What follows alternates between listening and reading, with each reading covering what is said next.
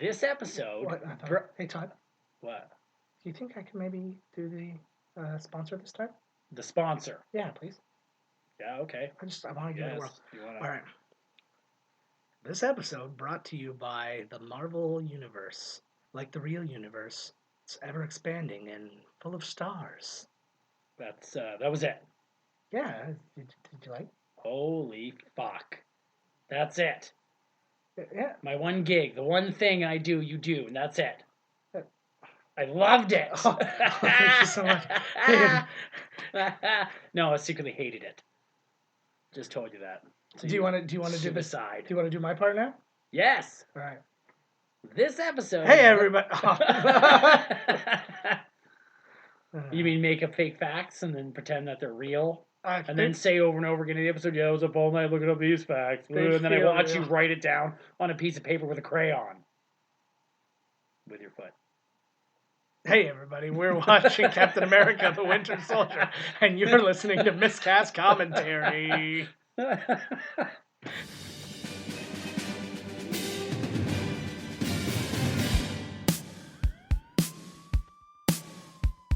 Welcome to Miscast Commentary's Movie Marathon.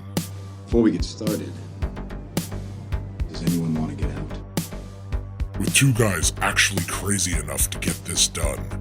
And I have a bow and arrow.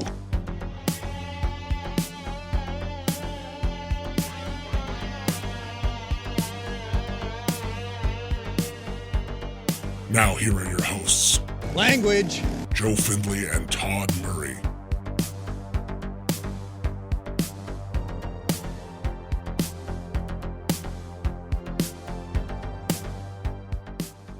Hey, everybody. Welcome to Miscast Commentary. I'm Joe Findlay. Todd Tebow, the Sailor Murray. And Captain America's getting a second look by us. And probably, like, a lot of women and stuff like that. They're probably, like, staring. Just a second look? Oof. Oh, my God. I have not made eye contact with my wife while making love since the first one came out. It has been... She's like, literally, she's looking at the side of all my Blu-ray covers for all the Captain America movies, knowing that Chris Evans is on the cover, and it makes her... It's killing her. It's killing her on the inside. I was gonna say it makes her wet, but I feel like that'll make her mad. It makes you wet. It makes me wet. I would. Hey, There's anger wetness. I can't deny. If you want me to rank these guys, he's number 2. He's my number 1. Hemsworth, baby. Thor. Thor, come on. Thor, sticking Mjolnir or his Stormbreaker deep up my ether. Ooh yeah. Oh, this is all topical. Oh yeah. It is. It is because we just watched that movie. So did you. Last week. What? A week ago. Well, now you're binging this. Damn. Could you imagine somebody binging us? Somebody going through such a round of depression that they're like, I'm gonna listen to 80-something hours. 80-something hours of two borderline autistics talk about movies. I don't call that depressed, man. That's called living. That'll pull you out of the life funk. It's called living their last moments. It's like you have 3 days left to live, 4 days left to live. Oh, I better listen to Miscast Commentary, make it feel like a lifetime. That's right. Front to back, baby. Pretty soon, somebody's going to do the gauntlet of us. Oh, they're going to watch our episodes while they talk shit over it all the way through. I would love, not necessarily if you don't have to do a podcast about us doing a podcast. Yes, you do. But if anybody binges movies and listens to the Miscast Commentaries with them, or binges any Miscast Commentary, get in contact with us. I want to talk to you. I will call you, and I want to talk. I want to know. I would love to call somebody. I want to know your mind. So we haven't had a guest star since Buddy Groove there. Yeah, I know. Well, because that was like 4 years ago. Yeah, but he mysteriously died. And now everybody's like, oh, did we do it? Yeah, the cops talked to me a lot about a lot of missing people all the time. I was going to surprise you with Samuel L. Jackson was going to come on, and then he heard about... Buddy died. Yeah, he died. And B.J. Mendelsohn is alive and well, people. He's still doing his stuff. Damn right he is. Go check him out. Go check out his comic, all that good stuff. He's a good guy. All right, if you like good guys. Ugh, I hate him so much. Yeah. Being all good and tricking us into watching video game movies. I know. Which then it's his fault. Which then forced me to double down on another video game movie that almost ruined our lives. I'm still not over it. Ruined our friendship, ruined my marriage. Oh, big time. Ugh. No, we're all still here though. I just wrote he slapped a Scientology-esque, thing in front of me. I'm down for 4 billion years. I know.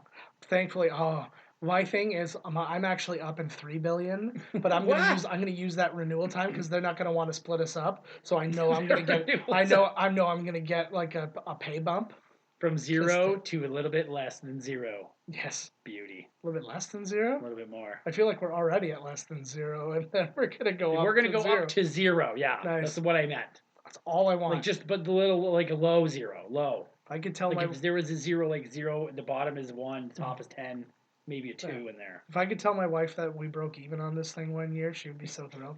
We broke even. Oh, that's funny. Oh God. Why am I crying?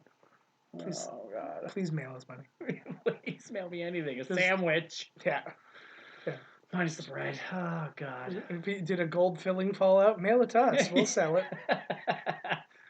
All right, guys, let's get this bad boy started because it's a longer one. Yes, it is. It's bordering on that point where it's like we make it 2 episodes.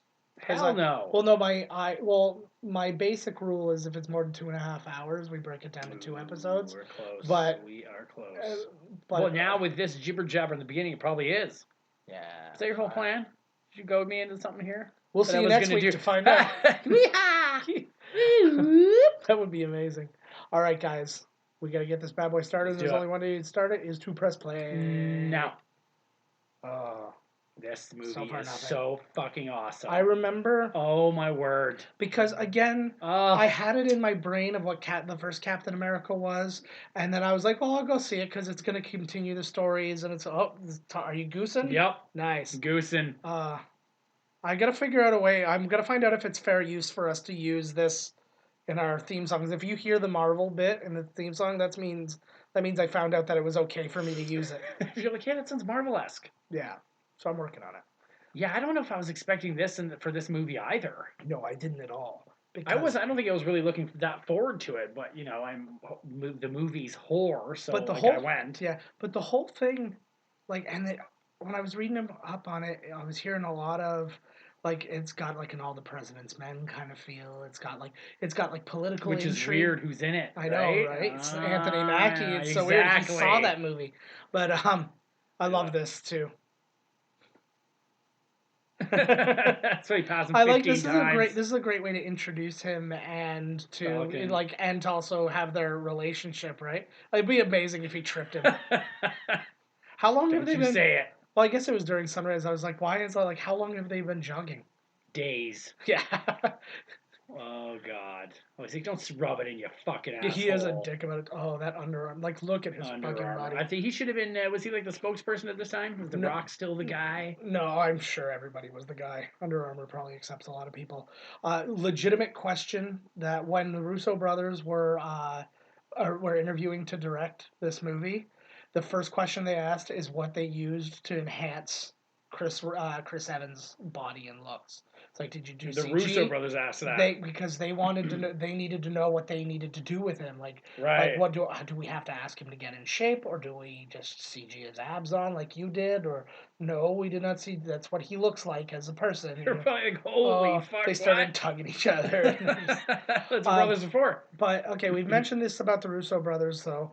These guys got this job specifically on the 2 episodes of Community, A Fistful of Paintballs, and for a few paintballs more from season 2, which were the last 2 episodes of the season. The one was done in a Western motif, like the Man with No Name movies. Right. And then, spaghetti Western? Yeah, a little spaghetti Western. And then the other one was done in a bit of a Star Wars. And they made paintball look epic and in a couple of different styles and basically made people believe that they could do this. And then when they actually talked to them, I love the list here. That list actually changes. Nirvana was on there? Yeah, that list changes if you're in the UK or if you're in different places. Let me see if I can find... he talks such shit to him. In there. He's like, who that's how it is. I can't find it. But there was different versions of that. Like the German one had all German references. The Australian one had like Steve Irwin, and it was a lot of cool shit like that. It was interesting. Russia had Yuri Gagarin, who was the first person in space. Right. He's like, look at him. He's like, holy shit, this Black Widow. I know. But she's so. She She knows knows exactly it. what she's doing at all times. She She knows does that it. little Look hey at to her. him, and she's like, Yeah. oh, she gives him fuck me eyes.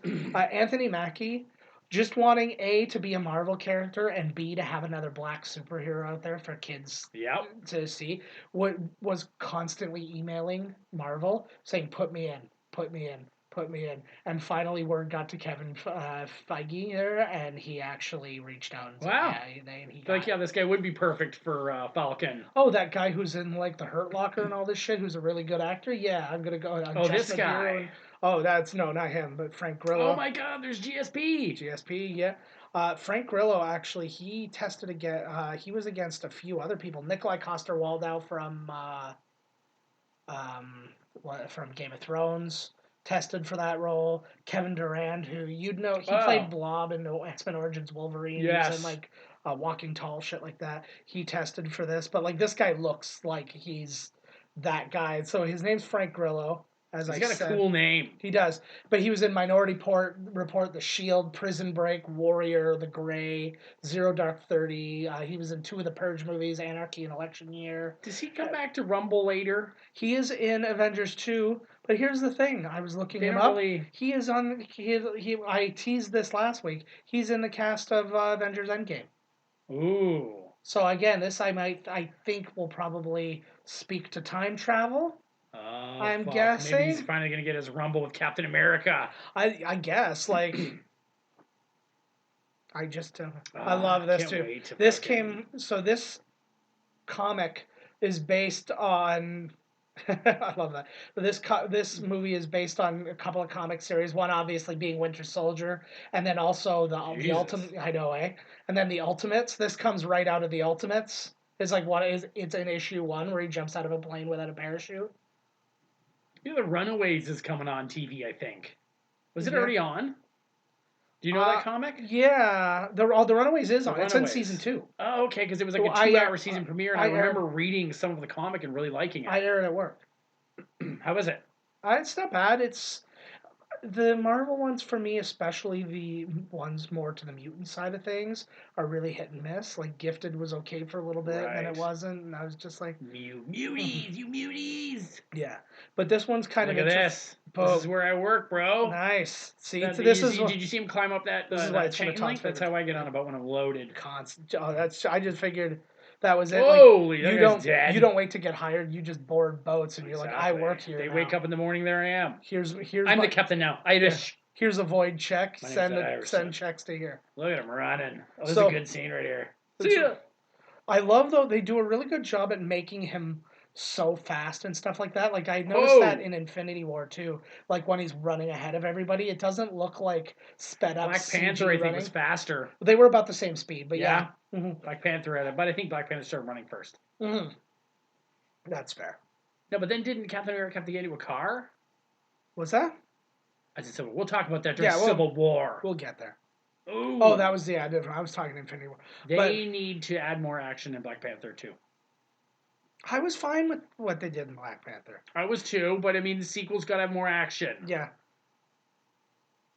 Yeah, I don't know. Oh, yeah. But they do a lot, and they made very special point. Oh, they made a very special point to. Look that. There you go. They wanted him to be more offensive with his shield in this movie. Right. Another point I never saw. He paints his he's darkened his. The whole thing's dark. His shield too. It's not the red and blue. It's like all dark and stuff like that. But later on, you'll see that it's actually red and blue again. They think that he just did it for like camouflage. They just painted it or covered it with something. So that would give you away. Mm-hmm. Yeah, well, yeah, I would guess the light would shine off it. We saw just really quickly Jasper Sitwell, who's been in some of he's a Shield agent, has been in some of the other Jackie Chan shit going on here. things. So I always wonder too when it's things like that. Is like, did they find a parkour dude, or did they get somebody on a wire, or did they CG him? Look at like, what was the cheapest option? I think it was CG. I think he was on a wire, and I think they did a little CG. Yeah. Look at GSP's acting chops. So GSP, a very interesting thing. He's actually got some interesting ties here. He was in the movie Kickboxer Vengeance that JCVD was in. playing his character, and somebody played Tong Po, but it wasn't the regular guy. He wasn't like the guy who played him in the beginning. It wasn't Tong Po. It was Dave Bautista, another Marvel Cinematic Universe member. This was before. This was obviously like well before Guardians and stuff like that, right? But he was also in the movie Cartels with Steven Seagal. And then he was in 3 different movies with the UFC fighter Quentin Rampage Jackson. Oh my God! No, that's a star. So like he has not been in much of anything since, really. It's kind of like a sad thing. Zapped. Yeah, Probably shit himself right there. Oh, for sure. So Chris McKenna, another guy, he did Community with he produced Community with the Russos, and he actually wrote on Spider-Man: Homecoming, Lego Batman. He co-wrote on Ant-Man Ant-Man and the Wasp, I mean, and he's currently writing Spider-Man: Far From Home. And he did a little bit of. Did you wrote this movie too? He did a little script doctoring on this. This guy gets it, yeah. I guess. He wasn't the writer, but his Lego movies but he was a writer. Lego Batman was really good. Yeah, Lego ones are supposed to be good. Isn't Lego 2 coming out? Lego 2's coming out. I've never seen any of them. Lego, they're all. Is that Chris Lord and Phil Miller or whatever? Phil Lord and Chris. Yeah, no, you're right. They do Community too, didn't they? No, they did. 30 Rock. No, maybe an episode or 2, but it's Last Man on Earth. No, I think they did some Community though. I don't know. If I'm not mistaken, I could be. It's not, it doesn't happen very often, but Yeah. Oh man, if this girl came out of my boat and beat me up, man, that would be the best day of my life. Oh hell yeah. Oh, so good. Even though you got your ass kicked, I'd be like, her boob brushed me, and then she hurricaned me, and I smelled her crotch. Precisely after she'd been fighting for hours. So it's precisely how I feel in. Hey, that dude. Yeah, that's what I said. Sitwell. Looks like what's his name? Keegan Michael Key or whatever, like playing somebody. That's racist. Keegan, what's his name? No, you were right. He does look like him. Okay. 3, 2, yeah. 1. But that guy is a mixture of Michael Ironside and I call him Firth. Oh, he's dead now. Fuck. He's not anybody. Look at that guy right there, UFC champion. Yeah. At the time, no. No, he had. This is a 2013. Holy shit! This is a 2013 movie, and he relinquished the title in 2013. So I don't know. Maybe he was then. Maybe he was still champion, but he hadn't fought. Right. I wonder if he's coming. I know he made that one comeback match. I wonder if he's going to come back again. I don't know. He was pissed. BJ Penn just came back and got tapped out for the first time in his career. I'm like, why would you? Is... No, but when you have those kinds of things, when you're like, I'm a UFC fighter who's never been tapped out. Right. Why on earth would you come back when you were old? Because that's the only thing that's going to happen. Yep. I don't care even if you are GSP, bro. You ain't taking on Captain America. Yeah. He's got some shit flowing through his veins, isn't he? Is he all drugged up? Well, if you read the comics, there's all sorts of shit about these characters and stuff like that, and it's like, and they held a magic ring for 5 minutes. Right. Residual effects. And all that. Mm-hmm. And then in some... He went to a movie that Thanos was at. Mm-hmm. Apparently there's another one of those alternate universe storylines called House of M, where Magneto actually won, and him and the Brotherhood of Mutants took over the world and stuff like that. And in that version, Captain America was the first man on the moon. Oh, fuck. Captain America? Yeah. Oh, he lies. I got you now, Captain America. His hair, I like that his hair is messy. I don't know why that matters, but it makes sense, because he was just wearing a helmet. You still got your ass whipped.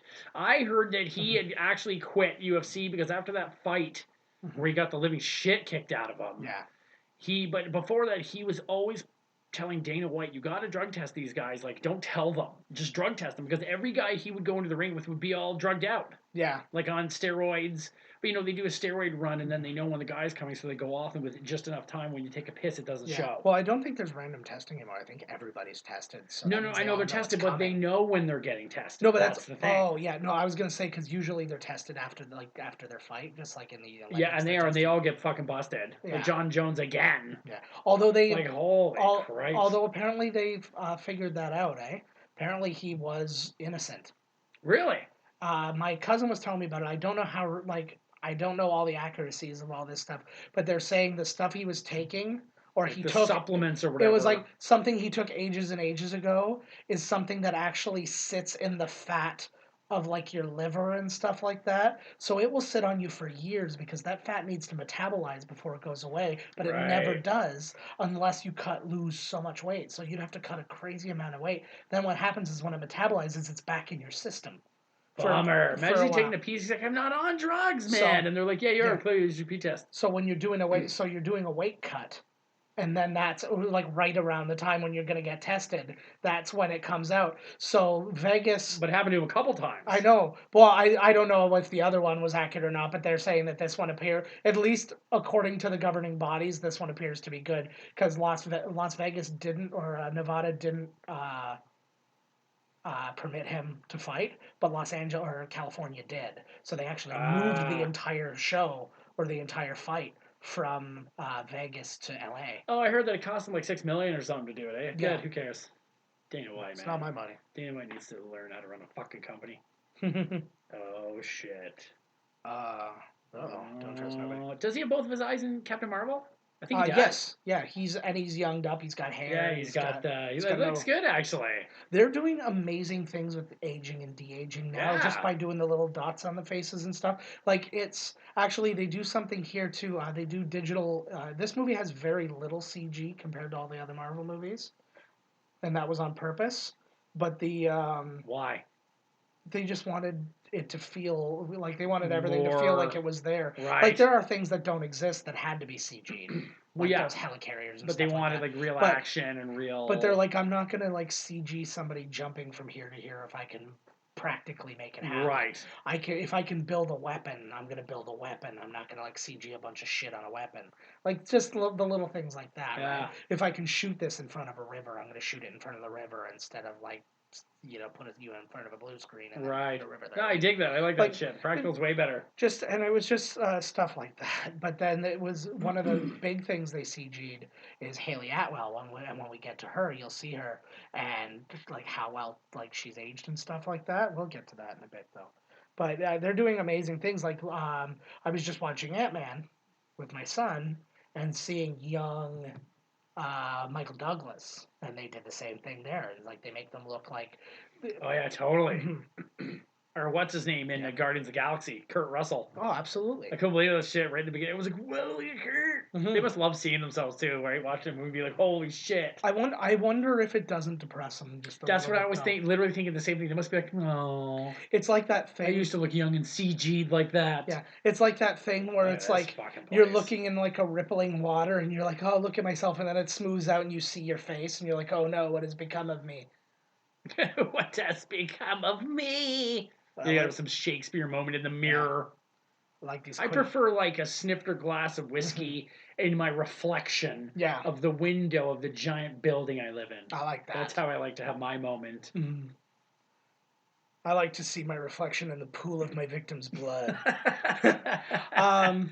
This is an interesting time because this is around the time when Agents of S.H.I.E.L.D. got really cool. Because they started to really tie the two things together. Because with S.H.I.E.L.D. falling in this, Agents of S.H.I.E.L.D. falls the same way, and then they try to rebuild S.H.I.E.L.D. under the radar. Right. But then there's multiple factions of people trying to rebuild S.H.I.E.L.D., so then they go to war, kind of thing, and there's all kinds of stuff. But there's direct ties to this and the series and all that kind of things, all those kind of things, and you actually see at the end of the season. He shows Samuel L. Jackson shows up on Agents of S.H.I.E.L.D. And I thought that was really cool of him because he actually shows up, I think, 2 episodes. Oh, that's neat. And he's actually flat out in it. And I think Samuel Jackson's a cool guy in real life. Yeah. I don't know why. I just feel like he is. Like he's been in the business for so long. He probably just doesn't give a shit. He to me would be the guy who's awesomely nice to you unless you fucked up. Yeah. Like he's like my friendship is yours to lose kind of thing. Because I think the perfect example is when somebody made a comment to him, and they meant to. I think they mistook him for Morgan Freeman. Oh and yes, like, oh yeah, you the thing, and he's like, that's not me. And he's just like, what the fuck is wrong with you? And it's like instantly you could see that you've lost him. You can see it in his eyes. I remember. I've seen that. Yeah. Like. I think I remember telling the story or something on a talk show or something. I think the same thing happened with a Lawrence Fishburne thing too. Somebody called it somebody said something about him being. Fishburne. That must suck, because, like, that's not... Why? Come on. Does it? No, but, like... You've got millions and millions of No. dollars. The heart of a nation. No, Pop your head. but You no, really care? No, but I'm thinking of it at what? Do all black people look the same? That's exactly what I would think that they would think. And that's... And, Like, oh, because we're all the same, so I could be, Yeah. But, like, to me, like, it's just like, well, you're that really famous black dude. You're obviously the guy who was in that. You're obviously Don Cheadle. So, if you listen to the voice, that's Gary Sinise doing the voiceover for the Howling Commandos when it comes. Well, imagine going back through and looking at your old pictures. Yeah, this was actually all shot for the first Captain America. This was supposed to happen after he woke up. Right. But they were like, it seemed kind of weird. Like he wakes up in New York and all this craziness, and then all of a sudden he's in Washington. And I missed the thing. Joss Whedon was on that escalator. When he was going down. He was wearing a Captain America T-shirt. No shit. Yeah, there's Mustache Jones. Yeah, so you can hear. Yeah, that's Gary Sinise. You can hear him. What the hell did they get? Why Gary? Could have been anybody. I just think it's like, well, hell, like, I don't know. You just know people, and man, this seems like a really weird thing. Like, this seems like this voiceover was built specifically for just in case Captain America came to see this. Yeah. He looks so different there. He looks like a different actor. Yeah, he does actually. I agree. Mm-hmm. This is like the story of us. This movie. It pretty much is. My God! Oh, there she is. Oh, yeah. Right down to us being in World War II together. Yeah, and one of us being frozen. Mm-hmm. One of us being taken to a facility and picked and prodded. That was me. That's my rage. That's where my rage comes from. I like now that we're getting into the new ones and like we can have the cosmic guys, and everybody doesn't have to have been accidentally made in a laboratory. Well, my thing too is it's really hard to jump that. Oh. Okay, so let's get a good look at Haley Atwell here, because now this is all CG. None of this is makeup. It is? So this is all dots on the face and putting up wrinkles. Basically, putting up wrinkles. Yeah. Basically, they said that every time they saw like somebody with old person makeup, they all looked exactly the same. Yeah. So they're like, we can't do that. It's True. like, we have to do it a different way. I'm sure they could have makeup that's way better though. Like I'm sure they got wrinkle specialists out there now. They can, but the thing is with any makeup, like when you have prosthetics on, they don't move the same way a face does. It's just impossible. Like some areas can move fine, but not everything. Whereas these things, when you've got the dots, every dot will move if your muscle moves. Right, so then they can keep it... So you keyframe on a face, and then so when that part moves on you, that part moves on that. And they don't show her face very long either each time they show her. No, yeah, you don't stare at it. Think he banged her? Like right now, yeah. Like when she was all old. Yeah. I mean right now, but maybe later when the scene... He's notebooking.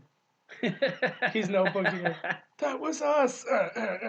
Oh, but I got married afterwards. No, get out of me. And then get out of me. And then he's like, "You can forget before I finish, baby." That's what I said. Oh my prey. I mean girlfriends. To all the girls. So this is what I dig about Captain America, because Captain America always does what's right. Yes. For the people. And now that doesn't necessarily mean it looks like it's the right thing at the time. But he always does what's right. That's why the Hulk in the comics, he was always like, what does Captain America think about this? Like, where is he? Yeah. Because I need to talk to him because he's the one who's always got his head on straight. He's always, like he just said to Fury down there, he's like, man, because right when you could see right in his face, when he saw all those war machines, he was like, this is not good. Yeah. He has, and something they said that like his struggle in this one, like in Avengers, his struggle was with technology and new things and stuff like that. Whereas in this one, his struggle was like everything felt more black and white when he was alive before. Of course, when you fight Nazis, man, it's clear lines, right? But I also make the argument, I'm like, would there not also be tons of spies and all the same kind of things he's encountering now? But that's what they're saying is basically he's having a real hard time with all the gray. Yes. Right now, and that's. Well, because there's so many, like he even said that, like, you're still lying, Fury. Fury. I don't remember blocking myself from all this. See, I got that. I talked about it last week, but I got that Snake Plissken thing, and I said I would have rather have gotten the eye patch, and I would have rather have gotten the Odin one. I also would have rather have gotten the Nick Fury one because it looks leather. Yeah, it's got a thick strap on there. I like these. One of them should have had Tupac in it. That's the guy One from of them Matrix. should have Tupac. Yeah. That would have been great. Now, Yeah. every hologrammed artist should have been up there. Yeah, that would have been great. So actually, a lot of guys. So two of those guys are from other big movies. The guy at the far left was the accountant in The Dark Knight, who the Asian accountant who Batman goes and gets from Japan. Yeah. Oh, And then- there he is. And then the Indian gentleman. That guy looks like Chief of Staff John Kelly. It is. He is. He was in Entourage, I think. The Indian gentleman here, or whatever. We just saw his reflection race there for he a is. second. Yeah, he was in The Matrix, if I'm not mistaken. I'm pretty sure he was the guy who meets Neo at the train station. He's got his family. He's like sneaking his daughter in with the train man. In Matrix? The third one. Oh, yes, he is. Yeah. Yep. So, I didn't mind the third one, actually, except for the last fight scene. yeah. That was See- all right. Oh, my God, they're not even there. See, that's the two tell you, two and fucking three conference. both have a fight scene that I really didn't like, and then 2 and 3 are you have to watch them with one. Like it has Yeah. to be watched as a whole, and it can be fine, but they don't stand alone. Right. Neither one of them. But the first one stands alone. Yeah, It's the first awesome, one's man. That's how we. Did you see those guys in those holograph chairs, everybody? Mhm. That's how we do the show. Mm-hmm. We've Like never you met. said. Never. Nope. We just make stories up, and I just go, yep, that I've happened in our past. I've never seen his face, only his penis. So Robert Redford. Awesome. Here's another Just- one, right? We yeah, had another Odin, Oscar we've had winner. Anthony Hopkins, now we've got Robert and Ben Redford. Kingsley. Oh, Ben Kingsley, that's right. See, now they're starting And to... Jeff Bridges. Yeah. I wonder So- what Oh, did they... I know. I'm sorry. First you take my introduction All right. gig, and now you're taking my hitting the microphone gig. I'm the only one who's been doing it I know. lately, too. I apologize. Because I've been paying attention. Oh, Yeah, were you gonna ask why he did this right movie? now. Yeah, no, just like where, because it works totally for him. Oh, well, actually, I know exactly why. he Oh, did the great. movie. He took it. Main reason was his grandkids were really into the Marvel universe, and he thought it would be cool for them. Like he was like, it'd be a neat thing I could do to be in this movie for them, kind of thing, and it would be like I'd like to see them see me in it, kind of thing. He also wanted to be a bad guy, which is not something that comes up a lot for him, so he was down with that. And he also wanted to see modern film, like the movies he directs and stuff are pretty bare bones, right? Yes. There's not blue. He wanted to be in screen some and CG, So he kind wanted of a big movie. Well, he just wanted to see what it was like to have to produce one of those movies. Like he wasn't producing the movie, but like to see it actually occur. He did be on set for a much Yeah. bigger, a larger scaled film. He was just interested in the like the logistics of it and stuff like that. I was like, so it was kind of an interesting thing because you hear a lot about, oh, my kids really like this stuff, so I did it. So it means you didn't have any real stakes in it. You just Right. wanted to make your kids happy. So I thought that's kind of where he was. Then I was reading, oh, I don't want to play that guy. Okay, well, that's kind of interesting because there's one place where you're cultivating a lot of villains in superhero movies, so this will be a draw. And then to hear about the other thing, I'm like, oh, I that's like that pretty actually. cool. No, it does because he makes movies and he's like, I've never Mhm. made one of these. Let's just Yeah. see what this one's all about, And right? and to think of the movies that he's done, he's Barefoot in the Park, Butch Cassidy and the Sundance Kid, The Way We Were, The Sting, All the President's Men, Out of Africa, The Natural. He actually played a character named Brubaker, and Ed Brubaker is the guy who wrote the comic for Winter Soldier. So That's just a very cool trivia little piece right thing. there. Thank That's you. a neat one. That's why I wrote it down specifically because I thought you would say it was cool. I think that's pretty neat actually. He directed Ordinary People, Quiz Show, The Horse Whisperer, Legend of Bagger Vance, Lions for Lambs, which I really liked Lions for Lambs, actually. Cruise is in it, of course you Yeah. do. Come on. No, it was good. Well, at first I thought it was going to be a America type thing, but it's not really. Like, it's kind of looking at it from all sides, which was Right. kind of cool. This was really neat, too. The This was shot cinematography in this Cleveland. movie is really nice too. It is. Like a double take. I really Maybe a like... triple take. No. This is, like, Fury as a character. is- do not judge yeah. Jack the White Officer. I- Oh, jeez. They both turned into Smith. Uh-oh. But, oh shit! This is so good. I I forgot about this. Yeah, this is a great action scene, but I also just really like what they've done with Nick Fury as a character in this. Like, he's got so many secrets. He's Yep. got so much, but he's also in he's danger. spinning a lot of plates. Yeah, it's well. He even says too. In an interview, he actually said he's like the guy lies so much that he doesn't even know when he's lying. Sometimes, Right. he's like, I know I'm telling you something. I couldn't honestly tell you if it's the truth. I may have lied to myself. Right. I may have lied to myself at this point. What a wicked car, eh? I like how in these movies, how everybody kind of gets their own piece. Like their characters. Yeah. It's not all about Captain America. There's like I said, there's a lot of plate spinning. There's a lot of characters. They're very respectful if they're gonna put you in, they're not putting you in for nothing. Right. And a really good example of that was an early version of this had Hawkeye in it, and there was a couple of one. Yeah. And there was a couple of scenes. Cool. He was actually going to fight Captain America, but then he was actually he was talking to him, and he's like, "Make it look believable that you're beating me," because he wants to not get in trouble with Shield. That he's like giving him information and stuff. He's like, they're tracking your suit and all this kind of stuff. And then Captain America beats the shit out of him. This is awesome. Oh yeah. Boom. But juices them all like in Rambo. Like, this is awesome. Could you imagine being in a Cleveland office building doing your job and all of a sudden this is happening outside? They're filming this? Yeah. Like, I had a very similar experience when they shot the RoboCop remake. It was literally right outside my work I thought you window. meant when those cops attacked you and you shot them all with your giant gun in your self-driving vehicle? That didn't feel as actiony, though. It was really just survival. But it's a knee-jerk reaction. Yeah. No, but when they were shooting RoboCop, like, literally, I looked out the window one night, and there was, like, turned-over cars on fire, and, like, there was all these things, and I was like, this is awesome! But, like, I didn't see any of the actors or anything like that. It was just, you just saw this awesome scene. Right. And I was just like, this is... Where is this? This was literally right outside my work. Like, it was just like, I looked out RoboCop. a window. Yeah, RoboCop. Yeah. The Omnicorp building was the George Brown University right next to my work. So I was just, like, looking... I was just looking out, and you just see this scene that just is there, and it just, like, it almost looks organic, like it was supposed to, like, oh, somebody flipped some cars, right. Some fires. It's just, if you didn't see all the trailers and all the other shit, you wouldn't know any better. Do they have, like, a making of the movie and the DVD of this? Oh, yeah.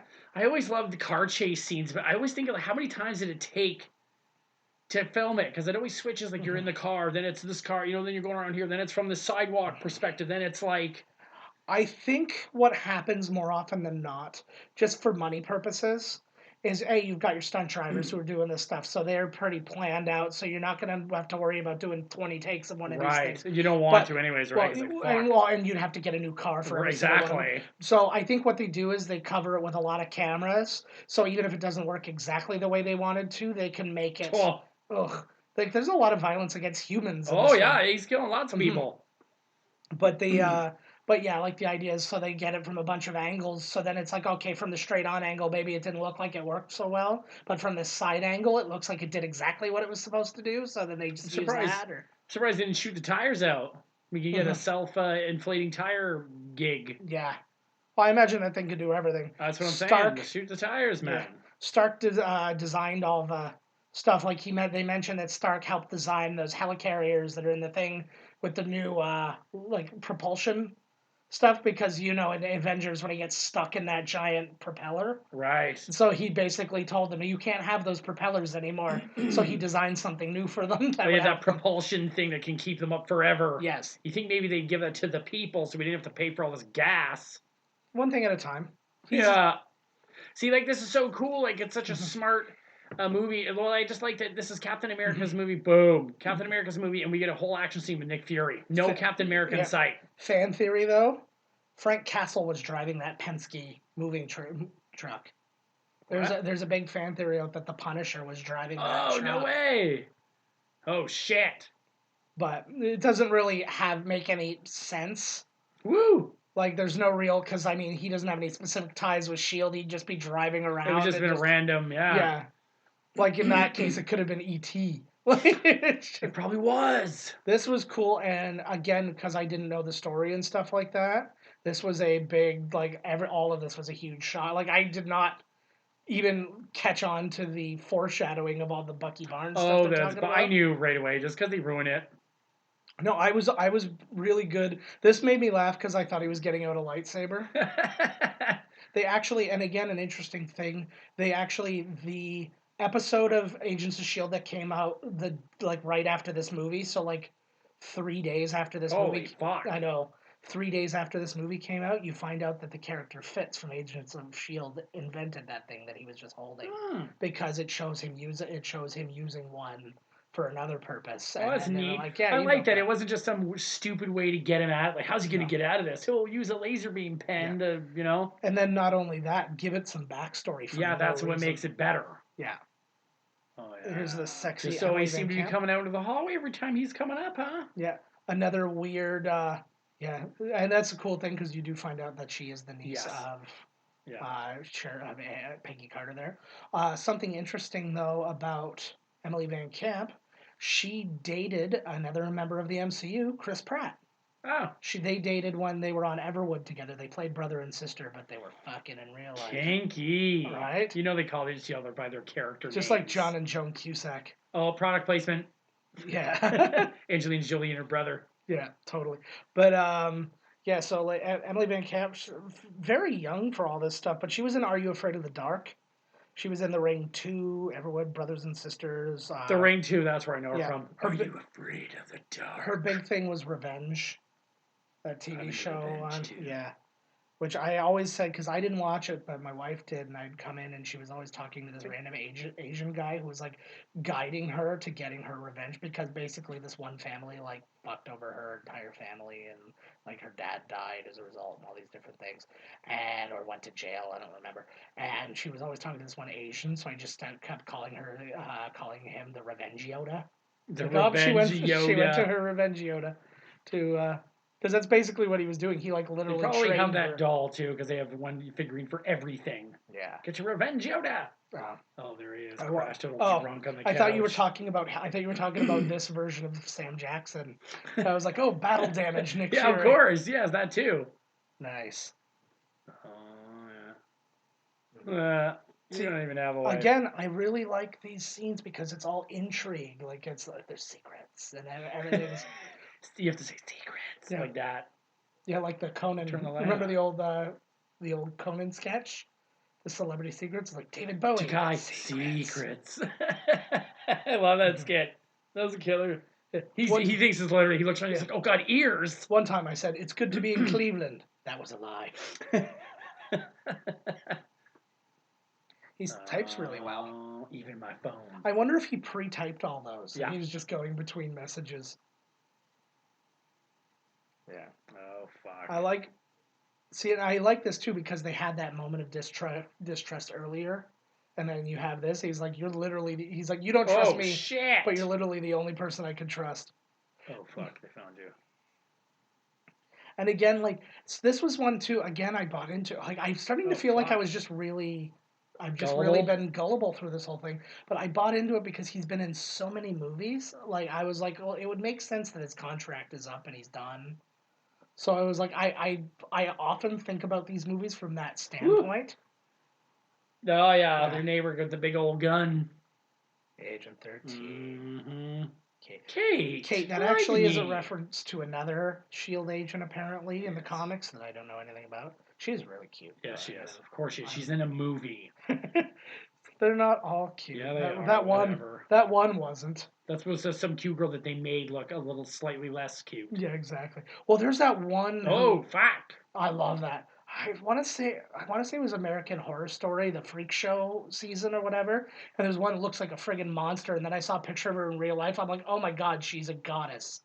Like who, that chick? No, I can't remember the name of the woman. But I saw her and she's got like this big unibrow and her hair's all tight and she's got these weird teeth and big unibrow. And they did literally everything. Oh, you know what? That's the girl from. I think I know who you're talking about. She had big old buck teeth. Yeah. It was the girl from American Horror Story. That's why. Man. Oh. This is proof we're not in the same room. But the See, even that shot of Winter Soldier, because they've got the stuff over his eyes. This is the same reason nobody knows who Batman is, because he's got that black stuff over his eyes. This. I didn't know who it was. He has a feeling he knows. He knows those moves, that hip movement. Now, I imagine that you share the same opinion as me. I don't. Oh shit. No, but I am of the opinion that Scarlett Johansson is way hotter as a redhead than a blonde. Yes. Yeah. Okay. Yes, See, I agree. There we go. Is she still going out with the Saturday Night Live guy? I think she is. Yeah, I to think my I just saw note, them. Colin Yeah, Jost. yeah. That's what I'm saying. Oh, Beef there on- she oh, is. Is she still going out with that Is it Saturday Night Colby? Live guy? Is it Colby? Yeah, and she's with Terry She's Gilliam. a smolder. She is hot.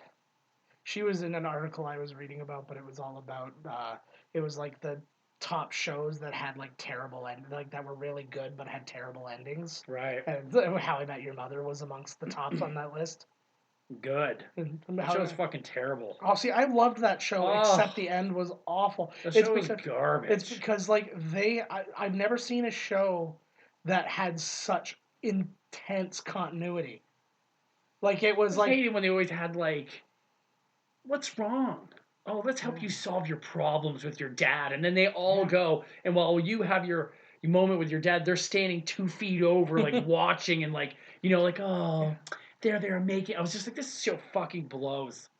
I don't actually recall. I recalled none of It's like that one happening episode where that happened. I was like, forget this. I felt the conversation was so like kind of like Dawson's Creek, where it's like nobody speaks like this, like nobody has relationships like this. But yeah, like to me, like I remember like there were moments where they tell you there's like one of those random cutaways that you would see like in a Family Guy episode, and then they're like, yeah, well we'll get back to that, and then 2 years later they do. They're like 2 seasons later. They're like, oh yeah, so like here's they had a good continuity person. I don't well, know how they faked this. Oh, they explain. Anytime you should think about it just before like you ever say I don't know how that happens. Literally, movies Movies take like a they're lot not going to. Yeah, movies take like a lot of not, time to explain this. Well, some movies, long ones. See, this is like the beginning of, like to me, the beginning of Black Widow's journey. She's just in the other movies, right? But this is when she gets like an emotional storyline. She gets more of it in Avengers 2, and he learned from Coulson. Yeah, he needs to give them something to fight for. That's right. It's like this time I'm gonna die. But oh, she's crying. Oh, so you're hardcore. Yeah. Agent boo-hoo. Yeah, but he's the one who like saved her. He's the only one who could eat her asshole correctly. Oh my god, I can think of nothing else now. Woo. She's not my top pick, man. I'd eat her ass after I saw mine. 20-mile jog. I had a hell of a time. Yeah. I'll go on that jog with your brother. You want to do like No, I'm waiting at the end of the jog for him. No. Here it is. Me and her will race. Okay. Whoever wins that race, that's whose ass you have to lick. Oh, I've never been more confident about whose ass I'm gonna eat in my life. Yeah, I'm gonna fuck her over. I'm gonna cheat. Oh no, I was just gonna ask you to bleach. Already done. Sweet. So I had to. It was like, who do I go see? Do I go see Amber Heard? Yeah. Who is? I think she might be my number one stunner now. Like I don't know. I think like she's occasionally attractive, like very like she's either really hot or I just look at her and I'm like, I think she's gorgeous. Oh, I always thought from this scene right there, somebody's gonna get like by somebody's. What if somebody loves Hubba Bubba at that office? Somebody's gonna get that thing for free. They should have gotten like the shittiest thing, like Zagnut or something. You want a Zagnut? Go over here. That's why I was thinking about that. I just watched an episode of like, one of those baking challenge things. It was a Halloween one. It was the 30th anniversary of Beetlejuice. Right. So they were doing like gingerbread houses for Beetlejuice. Nice. So that's what made me think about that. Look at how young he looks there. I feel like that was just a picture they took together. Like they met. I have a real thing for Haley Steinfeld as well. Yes. And I had to choose between Haley and Mira. I think from I would probably go for you for Mira just from an age perspective. What's the problem? This is Hollywood, baby. Well, this isn't. They're all, what the hell? How old is Haley? She's of age? She's like 6. Oh, no. Great. She's way too old for me. Yeah. No, I don't know. She's of age. She's like 27 years old. Is she? Yeah. Oh, okay, then you're fine. Fucking A, man. Jesus God. Way to think. Oh, no. So, that Mira, I tell you. Woo! So F. Gary Gray was considered to direct this film. He did The Negotiator with Samuel L. Jackson. He did most recent Fast and the Furious as well. The one with the submarine? Yeah. Bit. Fate of the Furious. I think that was it. I don't think he did 7. No, that was it.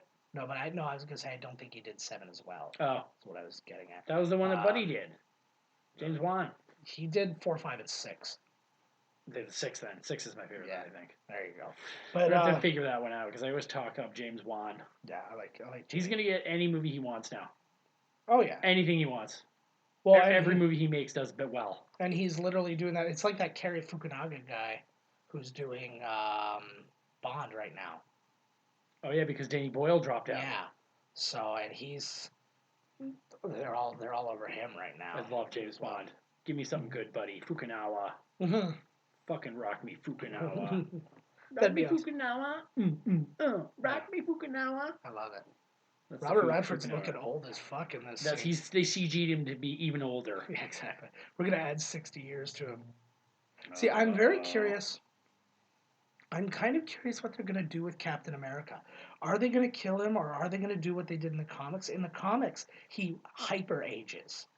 Oh, suddenly catches up to him, and just all of a sudden, in a matter of weeks, he's now as old as he should be.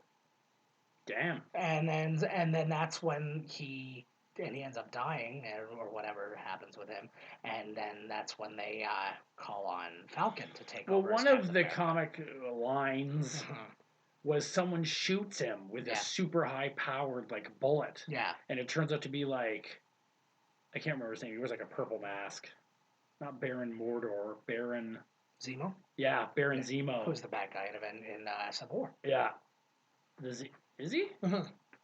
He doesn't wear a mask. They all were. Well, there's lots of bad guys, but he's the one who kind of turns them on each other. Right.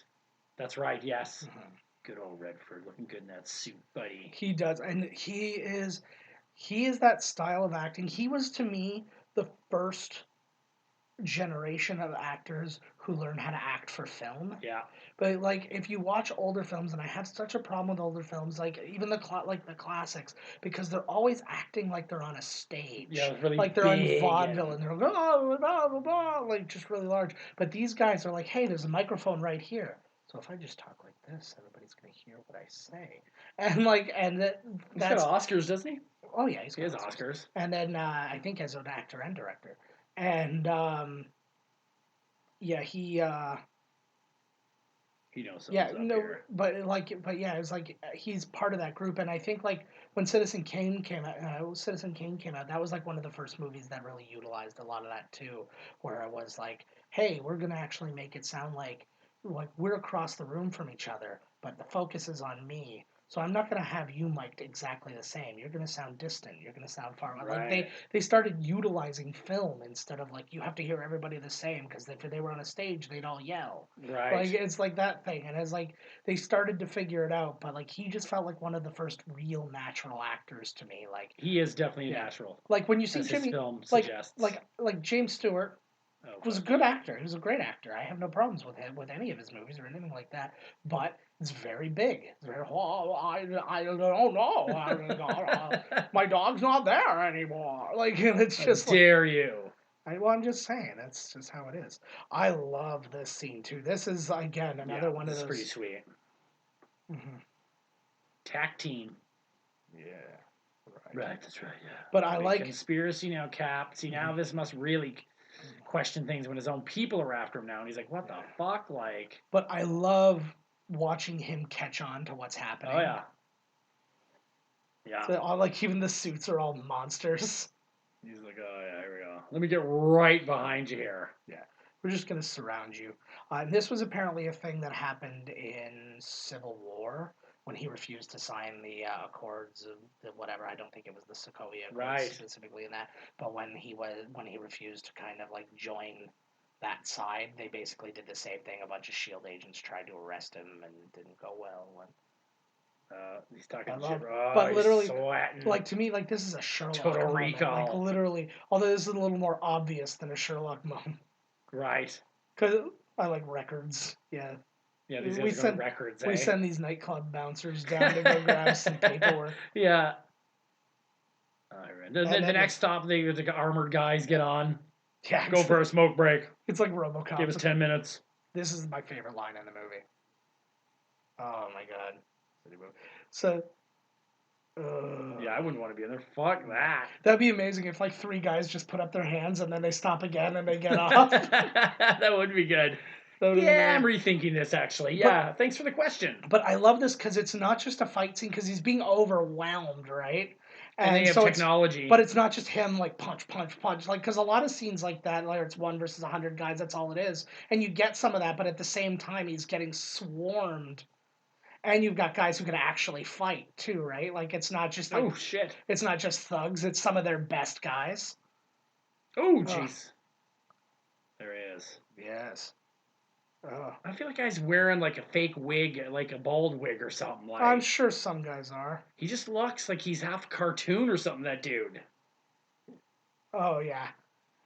I think a good shield thing happens in here somewhere. I think that happens in a lot of stuntman heavy scenes, like where you have stunt actors. Is the guys don't look natural there because they're not actors. Right. It's like you can tell that they're doing what they're supposed to be doing. You know what I mean? Like not. It's like how the person who is in there fighting him would be, improvising and like doing what they got to do. Oh shit! Uh-oh. Thank God for emergency brakes. I'd like to see one guy like wake up just as the thing's falling and not notice. He's just like, ah. It's weird for him to not know anything about the world, but he knew that thing was going to have emergency brakes. Maybe he just didn't care. He's figured it Maybe out. the emergency brakes just worked out. So a couple of years have passed now. So 2 years have passed since Avengers. That's enough time to figure out that elevators have brakes. You have nowhere to go. Yeah, I love this too. Just the slam. Oh. Like that. Good news. Like I got news for you, buddy. The shield doesn't break your Probably made it worse. Yeah, because it's made of vibranium. And taking vibranium to the ribs is probably like a shitty thing. So this is where you actually finally get like. Woo! I liked like the twists and stuff. Apparently, there was at one point Coulson was going to be the bad guy. That he was going to be the Sitwell. Ah. And then they decided they liked him too much and they wanted to do something else with him. So they kill him, and then they decide they're going to do Agents of S.H.I.E.L.D. and all this other stuff, right? So then they're like, okay, well, we got to find somebody else. And then they're like, well, Sitwell's been in all of them. So he's a great guy. That's a smart sub-in. Well, it's got to be somebody who you have some stake in. Like, you don't know a ton about Sitwell, but you know enough about him that it's like, oh, he's been on the good side this whole time, and now he's bad. Like, up is down, black is white, that sort of thing, right? Well, in this case, when like black is still black, he's still black, but... You said black a lot there. Yeah. Oh, we fucked that thing up real good. Yeah, that's pretty good. He's like, oh, I could have used that to fly away. I can't. Now we gotta run. I probably should have just ran up and threw the guy out of the. Oh my hatch. God, she is, eh? Especially like right there, where she's got her hair down and shit. Yeah, her hair's too nice though. Like she's all the Wonder Woman-esque features. She does actually. She probably would have gotten away with making a pretty decent Wonder Woman. Now that you say that. Not that I don't like Gal Gadot, and I thought she was good. What? No, I'm just saying that. Oh, okay. I didn't hate her. I think there could have been a better Wonder Woman, but she does. She's serviceable. I love my favorite thing about Wonder Woman is people have been wanting to make it for so bloody long that he like people have come and gone who were like in their like mid-20s when they were talking about her. Now they're in their 40s. Yeah. It was like they offered that to me 20 years ago. Well, like they were talking about Lucy Lawless back in the day, right? Oh, she'd have made it all right. Well, she would have. Too close with Xena, though. Too close. Mm-hmm. Well, I believe I do like the whole newcomer. I know Gal Gadot was in some things, but to me, she was newcomer. She's in Fast and Furious. Oh shit! See, I love that. This is and they did that so well. Again, talking about the cinematography, like to shoot something, a shot like that is hard to do. Oh jeez. Rip the fucking arm off, brah. Yeah. Almost, well, not almost all, but like a lot of the dialogue that these two have together, they wrote. Like they basically, a lot of the dialogue that these guys have together, they wrote it together. Oh, like these two? Yeah. So it's like, I think that what they did, because nobody knows their characters like them, but they probably, I think they took what was already there and then kind of like rehashed it. Right, that's what I would think. This is the kind of thing you got to get across, just do it. Yeah. So they went back. Like, there was probably words on paper, and they're like, is it okay if we kind of, like, us it up a little bit? That's like the whole, like, she's like, why would he not give it to Captain America? I think you should know by now that his character is pure. Yeah, exactly. And if there's one person who's not going to fuck anybody over, it's Captain America. Definitely not a Skrull. Yeah. The Winter Soldier, an interesting thing about him Woo, girl. is in the comics, the Winter Soldier trained her. Ah. Because, again, timelines start to fuck up, though, because of they're using the current date and stuff like that. So she was born in the 80s in this, so that becomes too close to everything and like all that. Whereas in that version, it was probably the 60s, which would track better, like as far as age and stuff like that. But they actually like had a relationship, her and the Winter Soldier. Oh, and no all that stuff. way. And that's how they come to be together, right? Ah. Yeah, but that must have. Okay, so then that would have been the people that trained her, trained him. Yeah, well, or turned him into whatever. Yeah, well, he specifically trained her, but yeah, there were people behind. Oh, so like when she got there, he was already there. Yeah. So the basically, Black Hand. Yeah. So basically, if he was like a special agent of Hydra, she was also an agent of Hydra without knowing it, type thing. Right, because she said that she was bad before, right? Her little black book or whatever. Well, she was a Russian spy. Is that what they were called in Daredevil? The Black Hand, or were they just the Hand? They were the Hand. The unseen hand or something. No, yeah. The thing she was more like KGB. Right. So, KGB. Oh, I love look at his nerdo. He's nerding out. I can't even tell it's him. Well, it was funny. These guys were in the Perfect Score together, which is they like had to steal like the SATs or something like that. Right. And then like so they make a mention of this too, and they're going through things, and they're like they even know all our SAT scores. And it's them dressed kind of like exactly like that. And yeah, it's them dressed kind of like teenagers, really. Oh, you know you can trust Fury. Come on. So it's interesting because he had his stuff on before, and now you notice he's wearing plain street clothes. So this is where that Hawkeye scene comes in, because they were fighting, and he tells him that he's like, "There's a tracker in your suit." And so what he does is basically these guys are driving, and they're driving to a basketball court where his suit's just laid out in the middle of the basketball court, and then they have to like scramble to come find them after the fact. Right. And so they just removed that completely, and they skipped right to that. Yeah, what the hell? He's got some clothes on from somewhere. Yeah. Oh, this guy. DC. I keep wanting to say DC Carla, but I know that's not it. It's his name is DC something though. He's an author, and he's like he's written some like movie shorts and stuff like that. This dude? Yeah, I feel like I'm seeing him at my local comic book store. He looks like everybody. One of those guys. he's perfectly fine. See, and this is another thing. I've been Aaron. That's like totally something they would say, right? Oh, for sure. I liked. That's a very Russo thing, is bringing guys like that. Actually, that guy was in several episodes of Community. No shit. Yeah. And there's another. He's being Aaron. So what? When he walks away from him, is he someone else? The hell says that? He takes off a mask and he's like, "But I've also been Red Skull." Exactly. That would be. Yeah. See, this is a fun thing too. This reminds me a bit of, what was it? Bourne Supremacy, where the guy's like where Bourne's talking the reporter through the place so he doesn't get killed. Right. He's like, "Okay, at this moment, duck down and tie your shoe and do this." And he's like, "This is that kind of moment," because it's action without anything actually happening. It's building. Mm-hmm. It's tension. Oh yeah, it's on, buddy.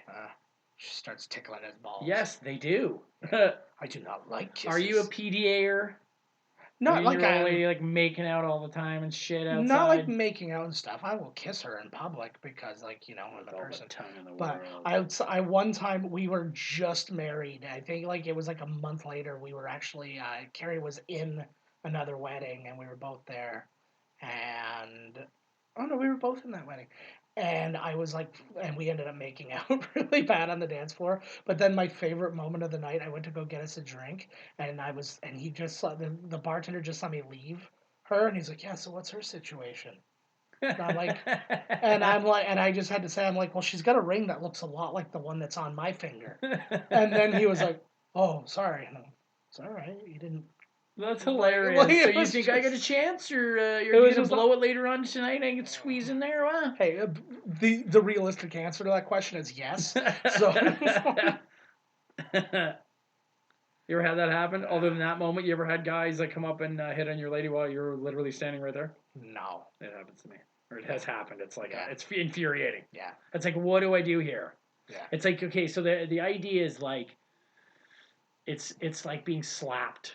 It's like there's only two things you can stand there like a jerk off and let it happen with the mentality that like, okay, your girl should be handling this, right? You should trust her enough that she'll handle it. But you could look like an idiot, or you can go with the foot and then look like you're too. You know what I'm saying? Like you don't be it's that, tough, dude. You got to be the middle of that, which is like the. Just kind of laugh it off, but if it goes too far, like no, you be the keep your power gloves off my girl kind of guy. Like just like you be fun about it. You be fun about it. Yeah, my raging jealousy can be spun in a fun way. Well, it's that kind of thing. It's like, hey, I get you find my girl pretty, but she's my girl, so you now have my permission to move on. Yeah, no, and then he's gonna say that's gonna be like, what if I don't, tough guy? Yeah, and then you smash a bottle over his head and stab him in the throat with it. Oh, I'm pretty sure that's and then his neck blood sprays all over your woman, and you're like, is this what you wanted, honey? You basically, there you go. Well, you got that's basically how Con Air started. Yeah, so that's basically Con Air. So that in this version, does that make me Michael T. Williamson? No, who's like, makes you. I think I'm going to die, Cameron Poe. I think that makes you. Oh God, he's having a flashback. Yeah. It's cool that they have this kind of. Hey, I know that guy. I think. Oh, he did see him somehow. Yeah. Whoa. Could you imagine if you go back and we rewatched Captain America and then you see that scene where he's running by? He stops and just looks at nothing. And then you're like, oh my God, there was. We should have. I think we would have noticed. We just watched it 18 movies ago. This happened at the same time as the Convergence in Thor, so it all lines. Oh yeah, everything got all wonky. Time overlapped. Yeah. And bled into each other. That would be amazing. You see Matthew McConaughey in a spacesuit. We make fun of Interstellar a lot. Want to read a book? Yeah, good. I know, it's just funny that we just are constantly like it's something we shouldn't even give a shit about, and it's just I do. It's all I think about. But it's literally only that scene. We just are constantly like just that God, scene. I made it through like 12 minutes of that movie, and I was like, fuck this. This is my biggest bummer about Agent Carter is that they didn't make it to S.H.I.E.L.D. They were working for SSR. And it's kept happening, and then I'm like, the moment's gonna happen where they create S.H.I.E.L.D. because they have two of the people. They'll have to get around not having Tommy Lee Jones because he's not coming on the TV show. But like, you can make it happen, and then you'll finally have S.H.I.E.L.D. and then you'll start getting into the more secretive shit and stuff like that, and that'll be pretty cool. And then it just never happened. They just can't. I'm like, that's why I think TV executives back in the day, they were willing to give things more of a chance. Like, they're sitting there and they're like, yeah, sure, Seinfeld's the 68th ranked show. And it's like, but, like, let's see what happens, right? Where, like, this one is like, we actually have something that we're working towards that you'll enjoy. Right. That's like, why don't we just give it till then? And if nobody gives a shit still, then we'll get rid of it. How long was Agent Carter on for? 2 seasons or something? 2 seasons, yeah. I guess the ratings weren't that good. No, they were fine, and they can't deal with fine. They just got really, really warm. Like, did you know? I'm sorry. Dear God, I'm having a hot flash, yo. Yeah, well, because he looks great. He cuts a nice figure in a sweater. I can't. I think it's too much with him. What? It's too much. Like, the upper body is too much. Yeah, like his tits and his arm ratio versus the rest of his body. It's like it's too cartoony or something. Like Thor's kind of all over big. Yeah. Where he's all like upper body. Yeah, he has a thin figure. I'm definitely not saying he looks bad by any means. I'm just saying he looks kind of weird. Yeah. If I was gonna have my movie body, it would not be his. No. It would be more Sofia Vergara. Ay.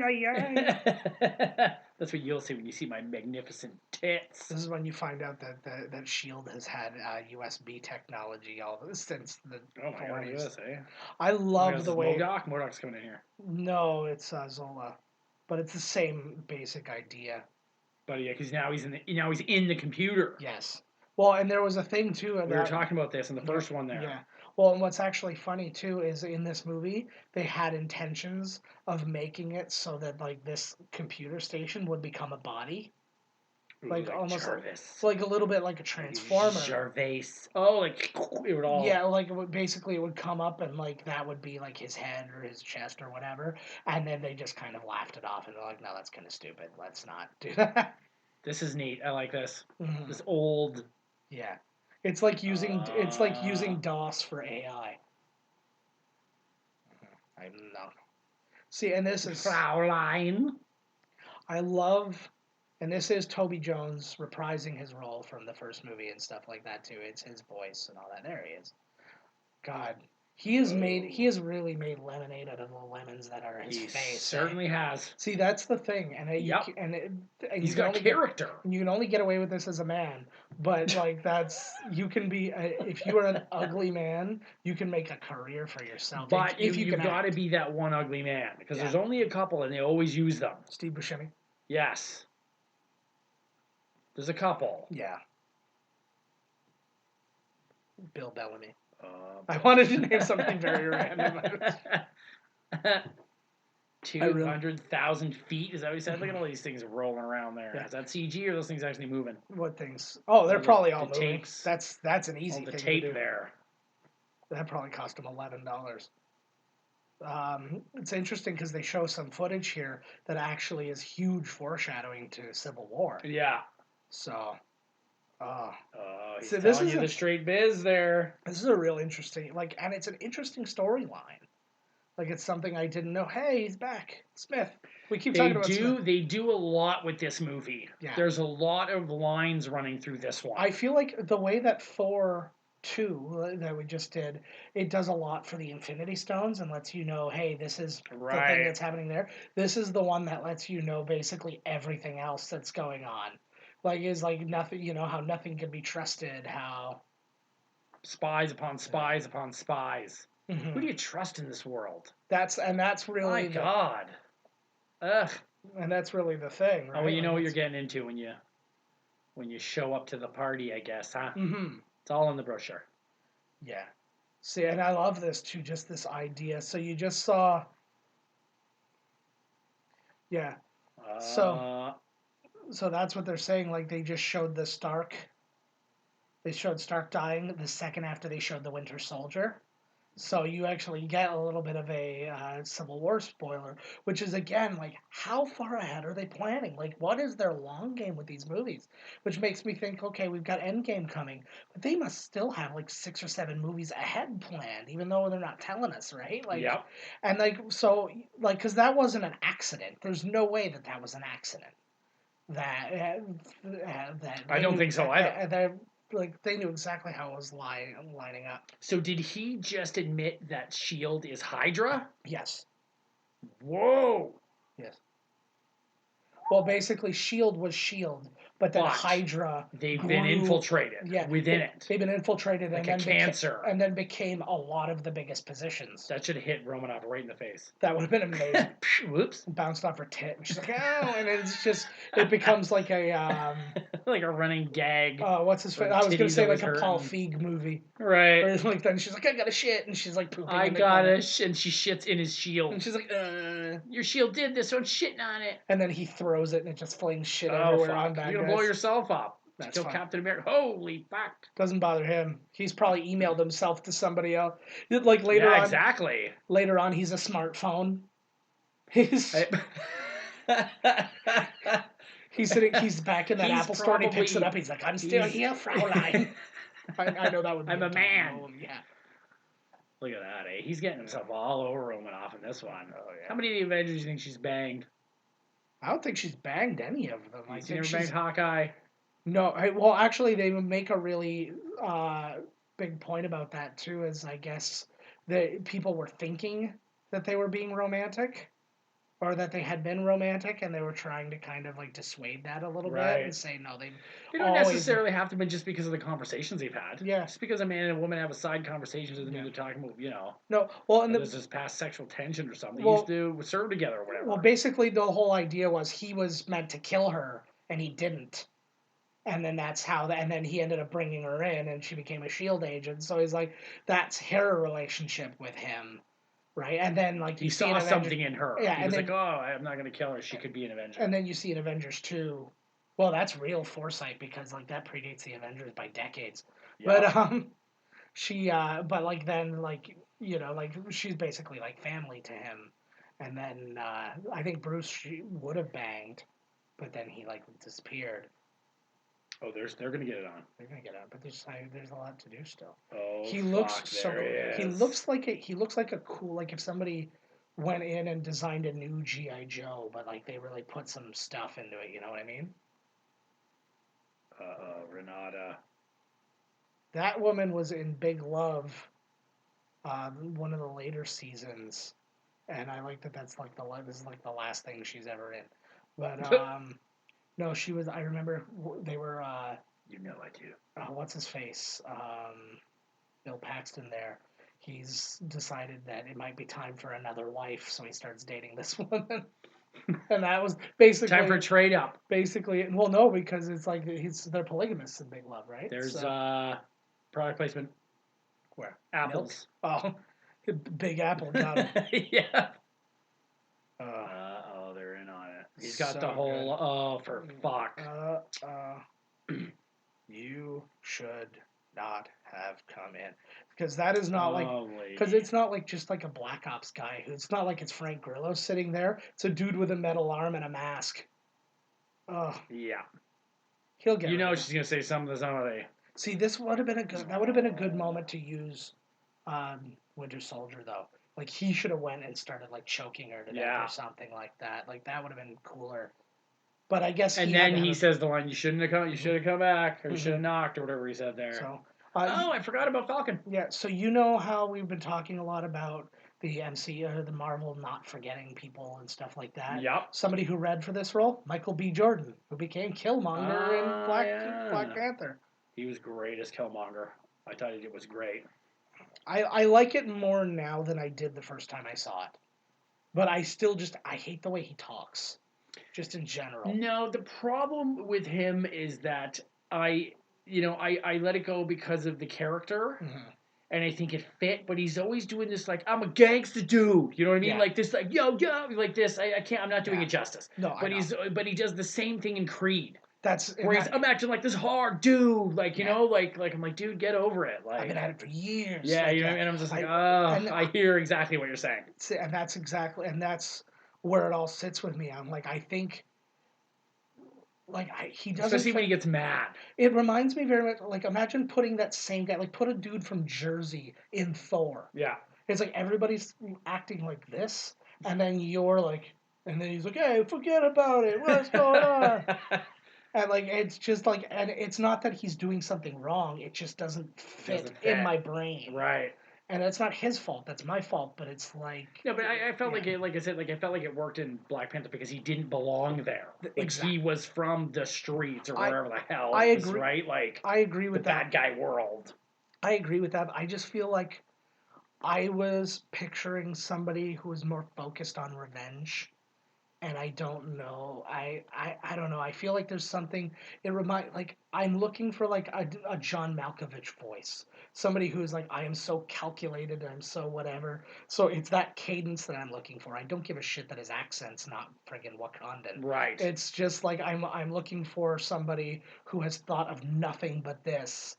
And he's just coming. He's like, I think I'm gonna take this place over. Like it's like it's almost like on a whim he's here. That's how it felt to me. So, sometimes whims are the best way. That's what I've always said, except never. Just sit well. Sit well. Yes. Oh, I forgot to mention too that mall they were in earlier when they were like scanned when they were in the Apple Store. Mall of America. It was in Cleveland though, but it was the Tower City Center in Cleveland. It's actually the front of that building is where they shot Avengers when I was Loki outside the opera. So it's the same building. So they shot that building in Cleveland, yeah. Cleveland rocks. Oh yeah, that's what Drew Carey tells us. Oh yeah, he's got his little. Did she have a breast reduction? I don't think so. Her boobs are bigger, but when she was in like. It's the clothes she's wearing. Like I'm strapped in, eh? I guess if you're going to be flipping and kicking, you can't have your boobs flying around and smacking your face. Well, it's like a ballerina or a gymnast, right? Strap him down. See, I love Falcon because Falcon is his entire character is loyalty. Like you can break down a lot of these guys' characters fairly simple. Same with like War Machine is duty. He is more loyal to Stark. Being well. No, he's most loyal to his military. Oh my God, Garrett Shandling. I know, and he's reprising his role from Iron Man 2. See, this is when he was on pills for something and he was all puffed out. Yeah, he's all bloaty. So this was actually his last live action movie before Oh. he died. He did one more movie. He was a voice in Jungle Book, the Jon Favreau Jungle Book. Right. And which I can't imagine what that was. I haven't seen Jungle Book, to be honest, now that I'm thinking about it. Oh, we just tongue kissed him. Mm-hmm. See, and that's like a little fun moment too, is the Hail Hydra. Like I'm like, oh my God, he was Hydra then. Yep. See, and that's Hydra the whole. His head does look huge, eh? Yeah, and that's what's something that's so awesome about these about these movies is when you have a moment like that, you then look back at every movie and you're like, this guy's been here the whole fucking time. The whole fucking time. And then it almost like it makes you like look for looks and stuff. And it was like, did they know they were doing this plot? Like when he was in Iron Man 2 and you see a shot of him, like do you see him like do a little furtive glance or something? Yeah. It's not like it's yeah. Oh, is that an alcoholic beverage there, Falcon? Probably. But yeah, Anthony Mackie is awesome in this movie. You know what's actually hilarious though? He was genuinely upset that he wasn't the shitty red spandex version of the Falcon. I like that. He was actually wanted to be the. He's like, I'm gonna be with the like big wings. He's like, I'm gonna be that. But they went with the Ultimates version where he's not dressed like a bird at all and he has no superpower. Because that's the other thing. Falcon was able to talk to birds. Yeah. And then this one, he has drones that are attached to his back, right? But and this is he looks awesome in this, and it's Stark Technologies too. When you see the thing, you'll see a Stark logo on it. It's always Stark Technology. Well, why wouldn't it be? I don't know. Because he was the. You think that was too far of a stretch to make him an actual bird guy? At this juncture, yeah. You think? Oh, I love that. Holy fuck! That's not your MO, to kill or whatever. He's like, yeah, sure. Which is cute. Not ready for that. See, that's good, just fun. Like he looks so cool there. Why would wouldn't that be really silly if you're like, I was in the military and I was doing this and that, the other thing? He's like, oh yeah, by the way, I dress like a bird. And I speak. Come on, you tell me talking to birds ain't gonna be a cool thing? It's hard. This is interesting too, is to find out what the whole helicarrier thing was. The TV anchor in Cairo was apparently another person who's an Avenger. Whoa. I can't remember his name. But I love that they've... Stephen Strange, they threw in right there. Yeah, exactly. Which is weird, because now they're trying to figure out timeline and stuff, because as of right now, Stephen Strange hasn't become the Sorcerer Supreme, and there's no way... And it's like, are you saying that the helicarrier is so good that it would point out that this doctor might one day get into a car accident, destroy his hands, go seek... Well, no, they know something's up. Well, they think that him. Well, they think that the timeline's fucked up in a way where he actually became Doctor Strange while this was happening or before this happened. Right. And then, so he never said the Sorcerer Supreme. He just said Dr. Stephen Strange. That's all he said. Oh no, I know, but I'm saying there was nothing up with him until he became the Sorcerer Supreme. He wasn't the Sorcerer Supreme. Yeah, he wasn't. Or he's in the process of becoming, so they have their eye on him. Mm-hmm. This something's going on with Well, that's what I'm saying. It's either this is somewhere different, that movie's somewhere different in the timeline, or this thing is that good that it can actually picture every probability that would take a guy who's a doctor and turn him into not only somebody who's going to be a huge threat, but somebody that he would know by name as somebody that's going to be as big a threat as the Hulk. Oh, I think you're nitpicking. Holy shit. Did he just get run over by a truck? It was a yellow truck again too. Was that Is that Everett? Is he dead? Oh yeah. He's got to be dead. Yeah, he's done. Boom. Holy fuck. So good. I love the use of the arm too. Everything he does with the arm, it's Bucky. Mm-hmm. Bucky Barnes. So good. And it's true because they've attempted very specifically to make him the negative of Captain America. So even the mask, Captain America wears a mask where his mouth is open. Right. So he wears a mask that only covers his mouth. Things like that, right? That's neat, actually. Never thought of that. But he is totally the... Uh-oh. I needed that. That would have been a good time. Bucky. This movie, too, is grounded more, it seems in reality. Is that silly to say? Yeah. Because there's a lot of scenes in the city, in the car, where, when you watch Black Panther, so, in Wakanda, in this mystical place, or here, there. Oh, no, this is all happening on the street and shit. I 100% agree. Fucking right. Well, car chase scenes in this one. Like to me, this is an old school spy political thriller, like I was saying. But then, like to me, what's his face? Like Black Oh. Panther is like a Oh fantastical Bond. shit. Right? Like Black Panther's a fantastical James Bond Yes. movie because like he has that moment in like the The casino, casino and the. the car chase. I could And go for watching Black Panther again. yeah, well, we're gonna get there. I know. Guess what? It's gonna happen at least once, whether we like it or not. Out. Yes. I always find myself rooting more like Hawkeye in Avengers when he's like jumping off the tower. I'm like, oh fuck, you're just a human. I'm like, That- oh no, like You that makes them more badass though. You were a man of flesh. Well, yeah, that was because, sweet. That was a sweet shot right there. Mhm. Well, because it's like the superheroes have like a responsibility to use their powers, or they feel like they like the Spider-Man thing. Great power comes great responsibility Okay. type thing. I love seeing their minds with those shots and stuff. Right, like you can see her thinking about I need to look here because that's what I do. Like that's But anyways, what was I saying? It's gone. But it doesn't matter. I'm sure I was making a really good point that when I go back and I edit this and I hear it, I'm You're going to like, go, "Oh, I really fuck." wish I would have Yeah. finished that point. I'm sure it'll come back. A little smirk on her Humans. face. He looks so cool. Sebastian Stan, I guess when he found out he was this role, it was a weird thing because he signed a 9-picture deal without really knowing what was going on or when it was going to start or anything. And then all of a sudden he heard at Comic-Con, they're like, oh, the Winter Soldier is coming. He's like, well, I'm playing the Winter Soldier, so I guess that's my first movie. That's weird, right? In the press, like. Yeah. So like that's basically how he found out, and like, but they never really told him what movies he'd be in or anything like that, or how long it would go. But he started like immediately. He was reading up. He was reading up on like World War II era brainwashing, and he was reading up on like the spies and KGB and all these different things. He was trying to like get into the mindset of what they were doing back then. I was like, that would be. Ooh. I was like, that sounds like fun ass research. To Yeah, do. it does like, actually. Like I was especially like, when you know you're going to be in a multi-million-dollar movie / Yeah. $1 billion franchise. I think the research would be very fun. I tell you what, especially if I was signing an 9-picture deal, I would get a history doctorate. Yeah, I don't think this is different than like being forced to do a project in school. This is like we're gonna pay a shit ton of money to be in a sweet series of movies. Yeah. I'm fucking at the library already, baby. Yeah. Yeah, but I was like, before you finished that sentence, I've already taken out Like, 6 books. Yeah, and none of them have to do with the film. Yeah, I wouldn't even. A lot of Stephen King in there. I wouldn't even go on Wikipedia. Oh, I got a little one in the I know. back there. There's like that's his Die Hard gun. If he has to put up his hands. Yeah.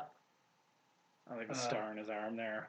He looks more like Jack White than Sebastian Stan there. Is that They fell in love with a is girl. that CG his arm, or is that it looks like it's real? Like he's wearing a big old thing on his arm there. I don't honestly know. I think that some shots are just like that, but I think when it's actually doing stuff, it's probably CG. Like it's like you know when it does like its weird flexing and stuff like that. He's probably wearing like a green sleeve. Green. I like with this movie too is like there's not really an ending.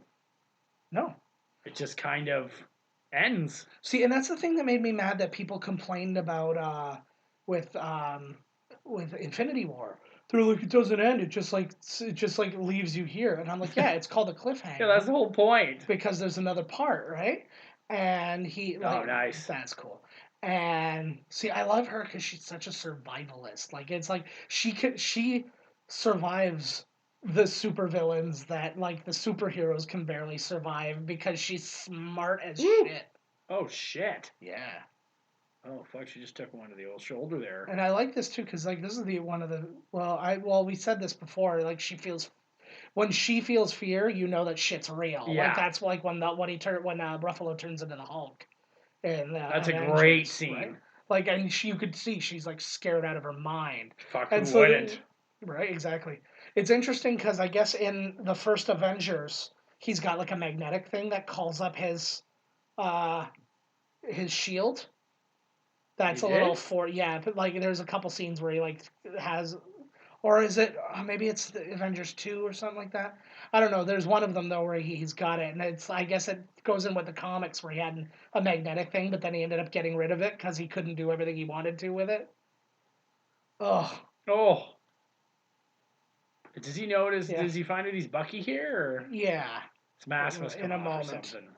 Yeah, I love the sound that the arm makes when it's doing its like ramp up. Like So when like, Spider-Man catches it clean yeah, in Civil War, and he's just like, "Whoa, well, kid!" it's cool because that also gives you his like. It's nice when you kind of get the hierarchy and stuff. He is theoretically Woo! stronger than He's Captain way America. stronger. Well, I guess so, because he's picking up and throwing Spider-Man? cars. Oh, yeah. fuck yeah. Yeah. So, but it's cool to see that because you have to establish that. It's hard, right? Oh, He made these guys look like stuff. sucker chumps. Yeah. Spider-Man. Yeah. He was such a great addition. Fucking right he was. Oh, Like this there it is. legitimately got me, and I just got the chill Woo, again. me that too. I got the first time. I was like, what the? Bucky. Mm. Boom. Oh, yeah. I like he never lands really smooth. Whenever But it he seems lands, like a weird... he either lands Oh! hard on both feet or he lands running. Oh, she's all hurt. She's hurting. Yeah. Girl's hurting. She got shot. Ugh. Shot shoulder. So, but like that was like again, that wasn't a long action scene. It was just enough of them so you get like it's like that thing we were talking that was about a good before. one. It was good, but it's like that thing where we said before is like you always have the main bad guy and the guy have a fight somewhere in the middle of it so you can watch them get a feel of each other before they, and that's exactly what we got. Yep. Oh, there's Grillo. Yeah. Cool ass name, motherfucker. Frankie Grillo. Oh, I think he was gonna whisper something into his ear there. Got you now, motherfucker, or something. Yeah. See, they're smart enough to not blow his brains out on the news. That guy looks like all he does is murder people on the news. Yeah. Uh-oh. Don't the cops know these aren't even cops? Like, what the fuck is anybody asking? Like, this mayhem? Well, they are an official government, like enforcement team. You know, they got some serious That looks like cuffs on them. Holy I was gonna shit. say, that looks like something you'd put on Wolverine. Oh, this is another good surprise, right? Zola. The same time that they experimented on Deadpool. I don't know. I don't think that lines up. You never know though. It's so hard because when they present day everything, it fucks everything up because it's like, I think they've done a good job with it though. They do, but it's like again, it's just like if you do the comics, it's like all these people like were together in like the '60s or whatever, right? This was cool too. Like that surprised me. Whoa. Yeah, there she is. And she's not in enough stuff. I know, she's great. She's so beautiful. She's so funny. And, like, she can play serious. Like, I was like... Oh, she can do it all. Mm-hmm. She can probably dance, too. Yeah. And she's got Taron Killam by her side, so it's all going to be okay. But, yeah, it's like... Taron Killam? He was in Saturday Night Live. He was just like a major character player. He's the guy who directed that Schwarzenegger movie that just recently came out. Like, it's what's his name? Killing... something. It's a bit like a documentary. It's like a fake documentary about a bunch of assassins who are trying to kill like the best assassin, played by Arnold Schwarzenegger. Oh my god! What? It's a movie he wrote and directed, and it's like out? Yeah. Oh, it's been out for like a couple of years. I haven't seen it yet, but it's supposed to be really funny. Oh fuck, man! What the shit? Yeah, there's an Arnold movie. I just Bobby slept on it. What the hell? Yeah, this is a fun moment too. See. Oh shit. The thing I was reading... supposed to be dead! Yeah, the thing that I was reading actually implied that, like, that he knew that he was alive, because he's always honest, and he said that he was shot. That's Joe Russo, by the way, the director of the movie. He got to touch Scarlet. Ooh, of course he's like, ooh, the one scene where somebody gets to touch right near her boob, and he's like, I'll do it. Well, the problem is he can't do a casting couch with people who are already under a multi-film contract. So I was like, I'll just have to touch her boob a different way. Well. But making movies is hell sometimes. I know. Well, I'm just wondering why poor Anthony Russo didn't get to do it. I'm sure that was a fight. No, I'm doing it now. Going through the credits, there were a lot of Russos. One of their wives and some of their kids and stuff like that are in the movie. Like, there's some like damage around his like shoulder area where the arm was stuck on, like it's chafing him or something. Yeah, like scar tissue. Here we go. Boom. Yeah, this is where you get everything. Yeah. Actually, if we look, I don't know which doctor it is. Oh. Because I don't know what the man looks like, but one of the doctors in this scene, I think it's the guy on the left there, is Ed Brubaker, the guy who made the the Winter Soldier comic. He's written a bunch of other comics too. I was just gonna say, like, I didn't know that he took his shirt off in the movie. Yeah. So I was like, oh, he got it better than everybody, but no, there he is. I was just gonna be like, of course he is. He's jacked. He's jacked. Somebody needs to be in one of these fucking movies and not be jacked. They just said, I can't remember. Ant-Man, but he worked out too, but not to be all huge. He was still like, if he took his shirt off, he'd still have the abs and everything. Yeah, Josh Brolin said, I was watching an interview on a different, on like the British talk show. I can't remember the guy's name now. But he was talking about. Woo! Oh, I like the bravery. Like he's like you slap the guy around, but he's brainwashed, so it's totally fine. He's starting to come out of the. What you're saying? Yeah, no, I'm trying to think. It was Josh Brolin was saying that while he was doing the interview for Deadpool, but he was talking about working on Avengers. And he's like, I saw one of them without their shirt on, and he's like, oh, so you're all costume. He's like, I won't say who it is, and he's like, but he was like, yeah, that person obviously didn't like work out like other people like had to kill themselves working out, and then other people because you never see them shirtless or whatever. He's like, but I had to destroy myself. He's like, I'm a 50-year-old man. He's like, so this felt like dying the entire time to get in shape to be felt Cable, like right? dying. He was actually really funny, and then they showed a clip he did on Instagram. And he's like, here's footage of me working out to get in shape, and it's him. He's just really close on the side of his face. He's going like, "Arr!" And then it zooms out, and it's him on the toilet with his pants down, and he's, and then And then someone made a joke about like Ryan Reynolds. He's like, oh, I bet you wish you were in there or something like that. He's like, I'm the one who was filming. I'm the one who's filming. Apparently, he was not happy with his acting as Cable. Really? And he says that he hopes that they'll give him another chance to be in another. Well, they're doing X-Force. To be Cable and something else because he says he wants to do better. He was not happy with his Cable. Yeah, as far as I know, they're doing X-Force. So, I mean, there's no reason they can't have him back. So. I wonder if they feed him that baby food that they feed RoboCop. I hope so. Oh, but they just do it to fuck with him. Like, he could totally eat food, but it's just like... He's like actually ripped, though. He's like real human being ripped. Yes. The other guys are like, he's dear lean. God, like... He's lean. He's muscular. Like, he's functionally They put him in the muscular. Total Recall chair. Mm-hmm. He's going on a vacation. He's going to Mars. Blue skies on Mars. Haven't seen this one in a while. That shot looks like it's still right out of All the President's Men. Yeah, I think it probably was. It's like Dustin. You can see Dustin Hoffman's hand in it. He wanted a royalty check for that hand, too. Exactly. So he's technically in the MC universe. That would be amazing. I'd love to squeeze him in if we could. Squeeze him in. Like, There's going to be 1,000 more characters later, don't worry. I wonder, though, see, my thing is, because I didn't have faith in them often, where it's like Guardians of the Galaxy, I'm like, what the hell's this thing? They're gonna suck. And then like Black Panther, what are they gonna do with this thing? It's gonna suck. And by the time we got to Black Panther, it's gonna be good. It's not gonna be bad. No. So now I'm at like now I'm thinking of all these like Namor and like all these other like galactic I hope things. God that they don't do Namor. They're going to. Oh, it'll happen. But like you're gonna get to all these people, and I'm like, oh, it's gonna suck. And I'm like, no, it's not, because they don't. Every decision they make is so friggin' calculated and so like figured out. They're gonna have to really do something with Namor then if they're gonna try and do like Aquaman. Like holy fuck, you gotta go see it, man. It's awesome. I'll go when I go back on nights. Maybe I'll go check it out. Yeah, that's a good time. It's good, man. I think you'll like it. I think you'll enjoy it. Well, I hope I do. I'm always. And that guy knows how to make a fucking movie.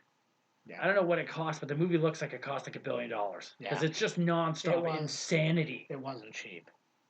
$2 million, $200 million. $20. I love that line. It reminds me of like the opposite of. What do you say? Like I can do everything he does, but slower. Yeah, he's like I do what he does, just slower. I like that. Well, this is an interesting thing too. Is like I guess you're running the show now, Captain, or giving the orders. And in the comics, he's the director of S.H.I.E.L.D. Captain America. Yeah. So everything because it's like Tony Stark is the Secretary of Defense, and he's the director of S.H.I.E.L.D. So. Everything's good. Oh, I'm sitting weird because of this chair that I'm in. Got a Bucky Barnes flashback. And there's another guy. I think they did it different in this one. I was gonna ask you. You're talking about his right. I was just gonna ask you that. Yeah. Because they hired a guy Like even in the last one, they did have a body double and stuff like that got used, but I think they just flat out used the body double. Like even the face doesn't look the same It looks better. as it does. I don't know. Like it looks way better. Yeah, he's like 50 things before. Now they just slap his head and it looks way good. Yeah. They made his head look weird. I think they just like I think it's just the body double and they just shrunk his face onto a guy. I think so too. But whereas the last one they tried a bunch of things. I think though, like I said, I think they went body double with a lot of the shots and stuff in the last one, but they did attempt like just full on shrink him. Head shrinker. I'm crushing your head. I like. He's a good friend. That's a great thing about Falcon too. Is he's like, I'm here and I'm already like I'm prepared to be your best friend because you need one. Yeah. He's like he did fall into it pretty quick there, eh? Yeah. Yeah. It's funny that they trust him so much. They don't trust anybody. Well, his like again, he has a great. I love like he has a great gauge of character. Like he knows like instantly. He's like, I don't trust this guy. Something's going on, right? There he is. Yeah. I'm so sad. I'm so sad that the next one's not going to have one. Yes, it is. Oh well, the next one they shoot, like that one was already shot before he died. No, but I heard that knowing that he will die soonish, sooner than later, they filmed a shit ton of him on a green screen. Oh really? And doing all different types of things so they can continue to stick him into the movies. Oh, movies. that's interesting. Yeah. That'd be cool. I was gonna say what they should do if they can't do that. Just like have him like a picture of him or something like that. Like have in the news. It's like, oh, man wins lottery, and it's just a picture of him. Because that would work. Random man. We don't need to talk about wins lottery. Yeah. Well, it's funny. Was it? I think it was Spider-Man. There's a scene where he's like at his car or something like that, and then something goes like blowing past him. Or no, maybe it was Ant-Man and the Wasp. It was, and he's sitting there, and he's at the street, and he's like, his car gets like run over or whatever it was. Out there is Danny Pudi from Community, played Abed. Really good, and like kind of showed he was in that DC show that it's like they're the insurance adjusters or whatever it was, and that didn't go well. But I think he's really funny, and I think he deserves a good shot at being in something else. Although they still need to make the Community movie. They owe me that. I don't think he's that good. I like him. He's alright. He's funny in the show. Mm-hmm. He's good. I don't see him as being like the next whatever. No, Jack Black or anything. No. I just said that because you mentioned he's no Kyle Gass. No, no. I just because when you watch all of Community, you just see him do these little things where you're like, oh, I didn't know he could do that. Oh, I didn't know he did, but I did that a lot. And I'm like, oh, he's got a lot of little hidden talents. I bet you. He's got Boxy, that kid. Uh-oh. Oh, here we go. Yeah. Oh, I'm so busted. Like, whoa. Yeah, that's true. Keep drinking your wine. True Don't society. worry about it. That would have been the best if it went to a shot of him and he was just like, yeesh. Yee. Got a gum? Got the collar. Yeah. Oh God, you just David Letterman on me. Oh, we gotta finish this movie soon. It's 13% left on my thing. Oh shit! All right, well I'll go Let through. me guess. Okay, wait. Let me guess what this one cost. Okay. 190 million. No, 170 again. Really? Yeah. Oh. So, but I keep doing it. Sorry. Now. I can't believe I guessed that on Thor. That was not a fix, people. Something's exploding within me. Yeah. I think it's my nationalism. Oh shit! I didn't actually find out where this movie fell into. So these guys can make a movie on a budget too, man. Yeah. On a budget. Next week, well, yeah. But I know, it's so crazy. Like, remember, like, the first $100 million movie? It was like James Cameron ones. Yeah, it was Titanic and stuff like that. And it was like... No, I think, like, T2 was, like, 120 million or something. I thought there was, like, 80 million for some reason. Maybe. Have we watched T2? No. I've been waiting. Buddy. I've been waiting until one of us got terminal cancer. But, well, we're never going to watch T2 then. No, no, one of us is going to get it, and that's going to be like our goodbye to each other. Oh, Lord. T2. It's going to be great. So anyways. Highest ratings ever. All 15 people tune in. I will get you, for the next movie, I'll get you guys the... yeah, there's a fucking problem, Frank Willow. Yeah. Willow, whatever. Fuck him. Frank Willamore, Frank Gwyneth Paltrow. G Willow, baby. Yeah, but yeah, I'll get you the numbers for this one, like as far as where it fell in. I know it made more than. You said you were going to say the order of. I've got it right here, Okay. actually. So the first Captain America of the ones we've seen, this is their 8th movie that we've watched. Okay. Marvel Universe. So of the ones we've seen, number 8 is Captain America, the first one. With 6.9 out of 10 on IMDb. 4 movies got 7 on IMDb. Oh. So Iron Man 3, Thor 2, and Iron Man 2 all got 7 out of 10. Captain America Winter Soldier got 7.8 out of 10, which I thought it should have been way higher. But It only got a 7.8? This is again What? when you're gauging fan things, you never really know what numbers That's you're getting. bullshit. I know. And then Iron Man got a 7.9 and Avengers got 8.1. So that's what I'm saying is like Avengers is 8.1. So I'm like, this what movie should be a solid 9. Yeah. 9.5 or even. Yeah. See, like my personal ranking is of all the ones we do, I put this slightly above the Avengers. But I've said this before, I switch them from time to time depending on my mood. Yes. Because Avengers did something that this movie didn't. But this movie did something that Avengers Infinity did. War. Yeah. Well, I'm just saying between, like, if I'm just ranking the ones... Oh, the ones that we have already watched on here. Yeah. Infinity War is my favorite one. Fuck, man. But Civil War is also seeing up there. that shot of fucking Hawkeye... I got goosebumps right now just thinking in the preview when he turns and it's raining and it looks like he just wiped out a whole fucking city of bad guys. Yeah. And they're just like, whoa, this is where Hawkeye's been for 5 years. Yeah, just fucking... Because his family got turned to dust and he's Clint Barton. A.K.A. Ronan. It's Clint Barton, right? Yes. Oh, yeah, so now he's going to be, here we go, baby. He's got the classic suit I don't know that they'll ever call him Ronan. They'll probably call him Clint through the entire thing. Right. But he's Ronan. Yeah, that's just the nod to the people who give a shit. They do that, though. I like how they do that. Like how they kind of I think they made Thor Ragnarok is Hulk, Planet Hulk. Yes. Civil War, the movie was the big, long Civil War comic special thing that they had. I always wonder how pissed the Universal people were that they found a way around the doing. They're like, we made our Hulk movie without you assholes. Yep. And it starred Thor. Yes. Look at these things going off. Those things look awesome. And like I like because there's like a countdown to it. It's once they're in the sky is when they're unstoppable. Right. So they're like slowly rising. Yeah, what about it? What if they did? What about a lot of things?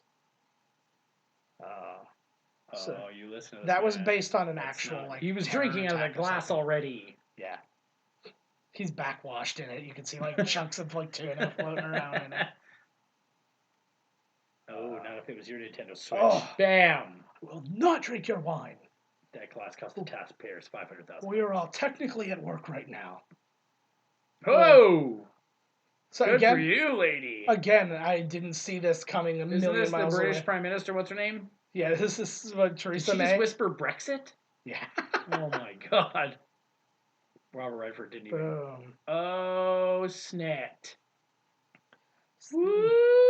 That's another thing they used in Agents of S.H.I.E.L.D. During this period of time. Like, so you could, like, I just tying all those things. That looks like Danny Pudi with white hair. Like, they scared him so bad he turned white. Danny Pudi. Falcon buddy. Look at you being the friggin' the diversion. Yeah. Lamb to the slaughter here. Yeah. I'm beginning to think I'm expendable to my best friend Cap. Holy fuck. Beautiful. That's terrifying. But like again, to do shots like this that are so busy and so fast and whatever, like it's insane to me because like you have to basically like that entire helicarrier has to storyboard it out, man. Well, but I'm also saying like somebody had to make that entire helicarrier and every little detail for these tiny little shots where you're like blowing past. This is why I don't make fucking movies. I don't fucking know. I don't know. I don't know where the runway ends or starts, or what's fake, or what plane, or they little toys, and they put them in there. Like I don't fucking know. And I think to a reasonable extent, I know, but then it's just like Yeah, after over time of watching, but still, if you were to Oh, be there, if me and you were there making the movie, I yeah, wouldn't know where to begin, man. Obviously, yeah. right? I mean, I don't fucking Well, this is know. why no one person What makes it. shot? This is why What? there's so many names at the end of movies Yeah, like because what somebody shot does knows. this, or if we want to do that or this, or I Mhm. don't fucking know. Like you said, when buddies came in and were like, "Here, what do we have to ask him to work out, or like how does this work?" Yeah, Do you guys tell him? Like, I yeah. don't fucking know. Well, and that's like, and it's neat because it's like that was so much faith put on guys who had like only done a couple of like they directed Yumi and Dupree. They did? Yeah, Oh man, what a tearjerker! right. Like it's no, that's you're not thinking Miami, are you? The dog. Yes. I What you pick it up? was so sorry, but Oh. they directed episodes of Arrested Development, Happy Endings. Like Yumi and Dupree was one of their only movies. So See, I I mean, don't like get they've got the eye. It's like they know. I think well, They a big, saw. I'll bet you it was guaranteed it was those two Community episodes, and they were probably, well, you know, these guys can do it if they can I switch through these styles I and think that got them the interview, and then I think that they won their job in that interview. Like when they started talking about how they saw things going and stuff like that, they're like, "Oh, these guys get it.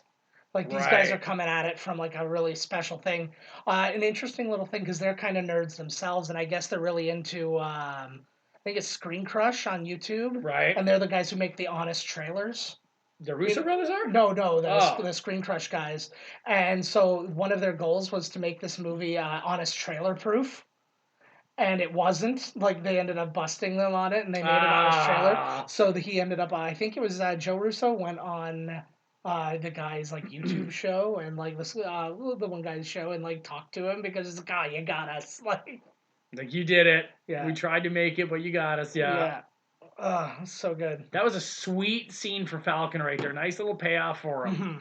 Yeah, he gets an awful lot. I would argue he gets more than Hawkeye.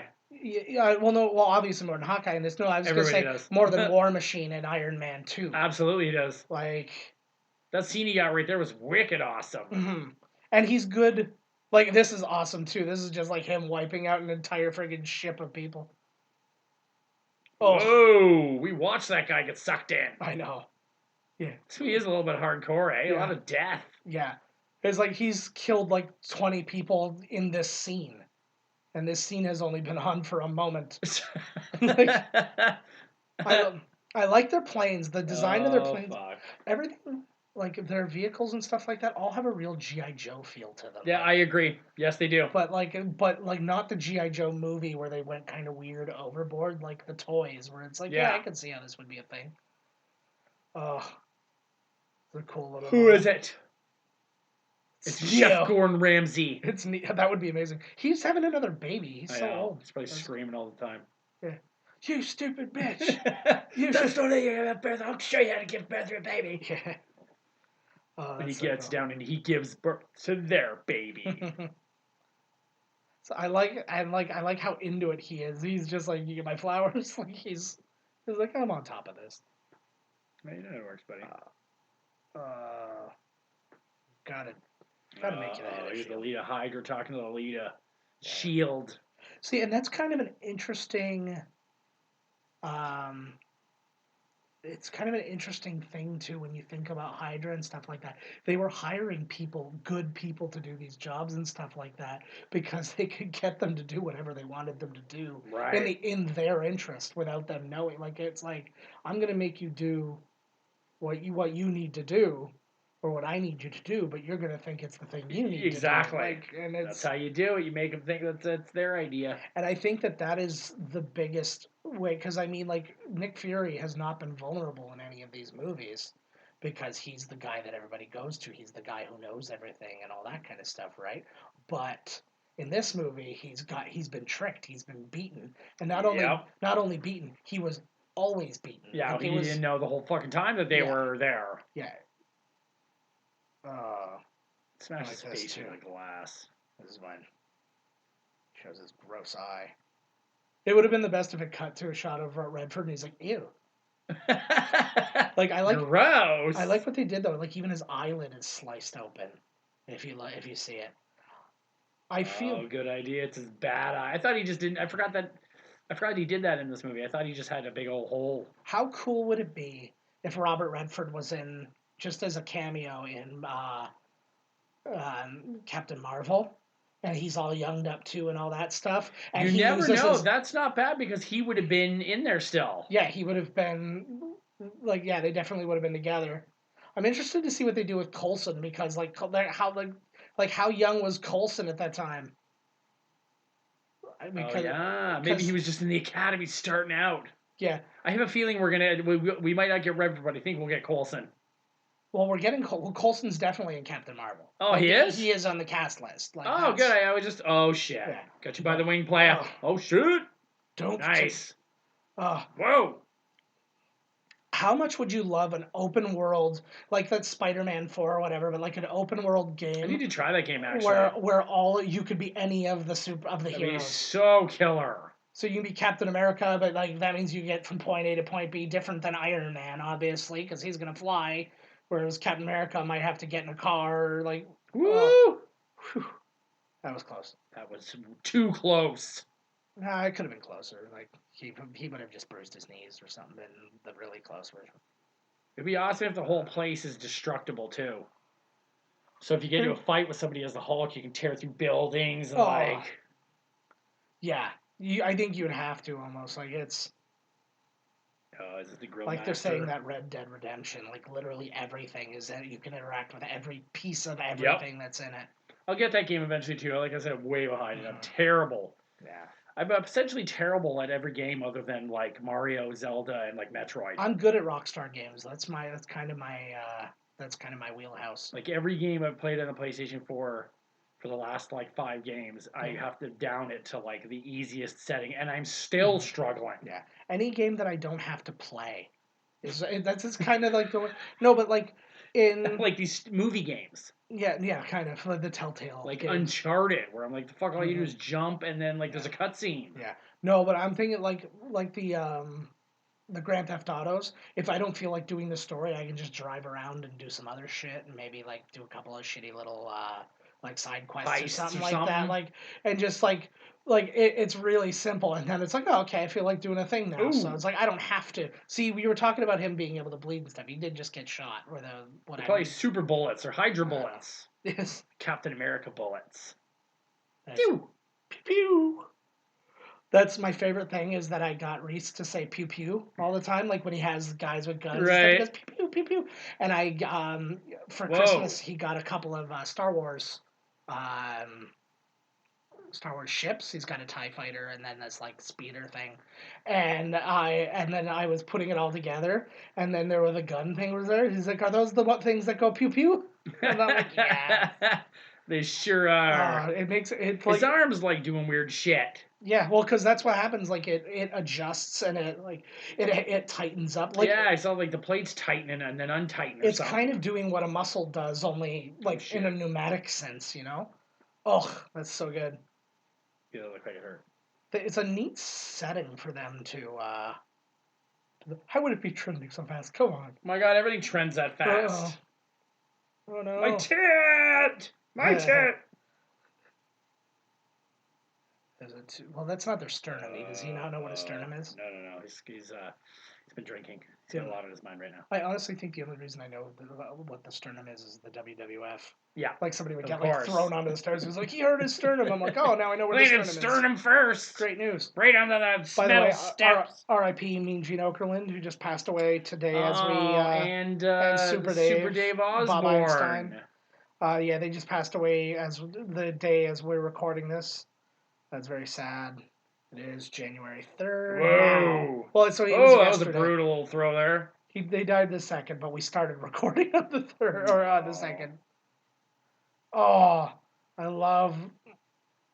I like this because this is again a realistic. This reminds me of that scene in Saving Private Ryan, where it's just the two guys struggling against with each the other knife. Upstairs. Yeah, and he was the guy that he saved too. Yeah, the motherfucker. So it's like you don't need a bunch of moves. It's just two dudes just struggling against each other. Like that movie was fucking intense. We'll be doing that one eventually. That's gonna have to be 2 parts. Oh yeah, Grillo versus Falcon. Yeah, he looks like this is why that's his first little Crossbones foreshadowing. They didn't do much with Crossbones though. No. But I feel like Maybe he's getting his coming up here. Yeah. He does like. I'm glad they didn't go with anybody else because he looks like the right guy. I'm glad that it's not like a bigger actor or something like that. No, they got enough big actors for fuck's sakes. I know. Could you imagine what this thing like? Just think about what that thing is designed to do. They're all up there, and there's like 1,000 guns on it, and then like literally every time it got an aim, it would just shoot somebody and just kill them from the sky. Right. So you would just be sitting there talking almost basically. Actually, if you think about it, it is the snap. Pretty much. It was what was going to be the snap. Because they're just going to start killing everybody before they even do a crime Minority Report style. Well, it was that, but it was also like... Holy fuck, how many bullets is he going to take here? Like they said, everybody who's a threat to Hydra is dead, and then anybody who they can conceive would be a threat to Hydra would also be dead. So it's like it would shoot a baby in the face because it might become a Hydrate, or because it might become like or an Avenger or something like that. You know what I mean? Like this is fuck. Here we go. It's kind of like, and you can start to see all the names. They actually have. You'll see some of the shots too. So there was the president. The president or somebody near him. But like, there's all sorts of ones. There's Michael London. Michael Landon. Yeah, that's why there's Tony Stark. That was the Avengers building. Like, so like it's kind of cool. I bet you if you like really like framed through that, you'll find some crazy ass names in there. Well, he said he was gonna because he just said he was gonna eliminate 20% or something, right, of the population or something like at once. Phew. Whoa, good. I would like just one time for them to do it with plenty of time to spare. Yeah, not at 0. Yeah. 3, 2, 1. It's just like 4 minutes and boo. Hey, what happened? I thought it was going to take me a little longer to get here, guys. Right on. Yeah. 3 minutes left on the ticker. Yeah. I don't know what happened. There's literally nobody on this ship. Yeah. I just walked in. I think I came in crew change over or something. Shift change. Yeah, exactly. Somebody here. I love that, too. Like, it's good Do it now! But there's a lot of good moments there. It's like, you gotta kill them and whatever. But I like that realization shot that they had of those Hydra guys. They're like, oh, we're all about to die. Yeah. Oh. There you go. Oh, Captain, so you did it all for the Nookie. Yeah. Oh, could you imagine? like that's how the end song. Did it all for the Nookie. But like how Star-Lord has his Zune now. Would it not be amazing if you found out that he just got into the weirdest music? Like Steve Rogers, he's into Limp Bizkit and like Mambo Number 5. Oh God, yes. And he's got the like people are like, what? Like seriously, what are you listening to? Because it's all ageless to him. He's listened to it all in a matter of a couple of years. Whoa. Right? So it's all new music to him. It's not like anything. Oh, exactly. It's all great. Mm-hmm. Done.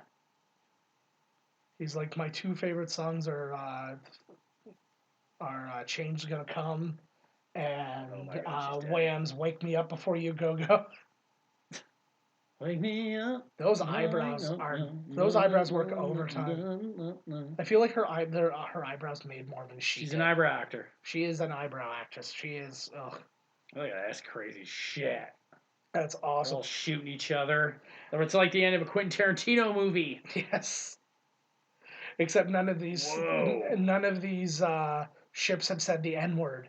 They did in Ship Talk. Yes. Oh, yeah, I forgot about all this shit flying around.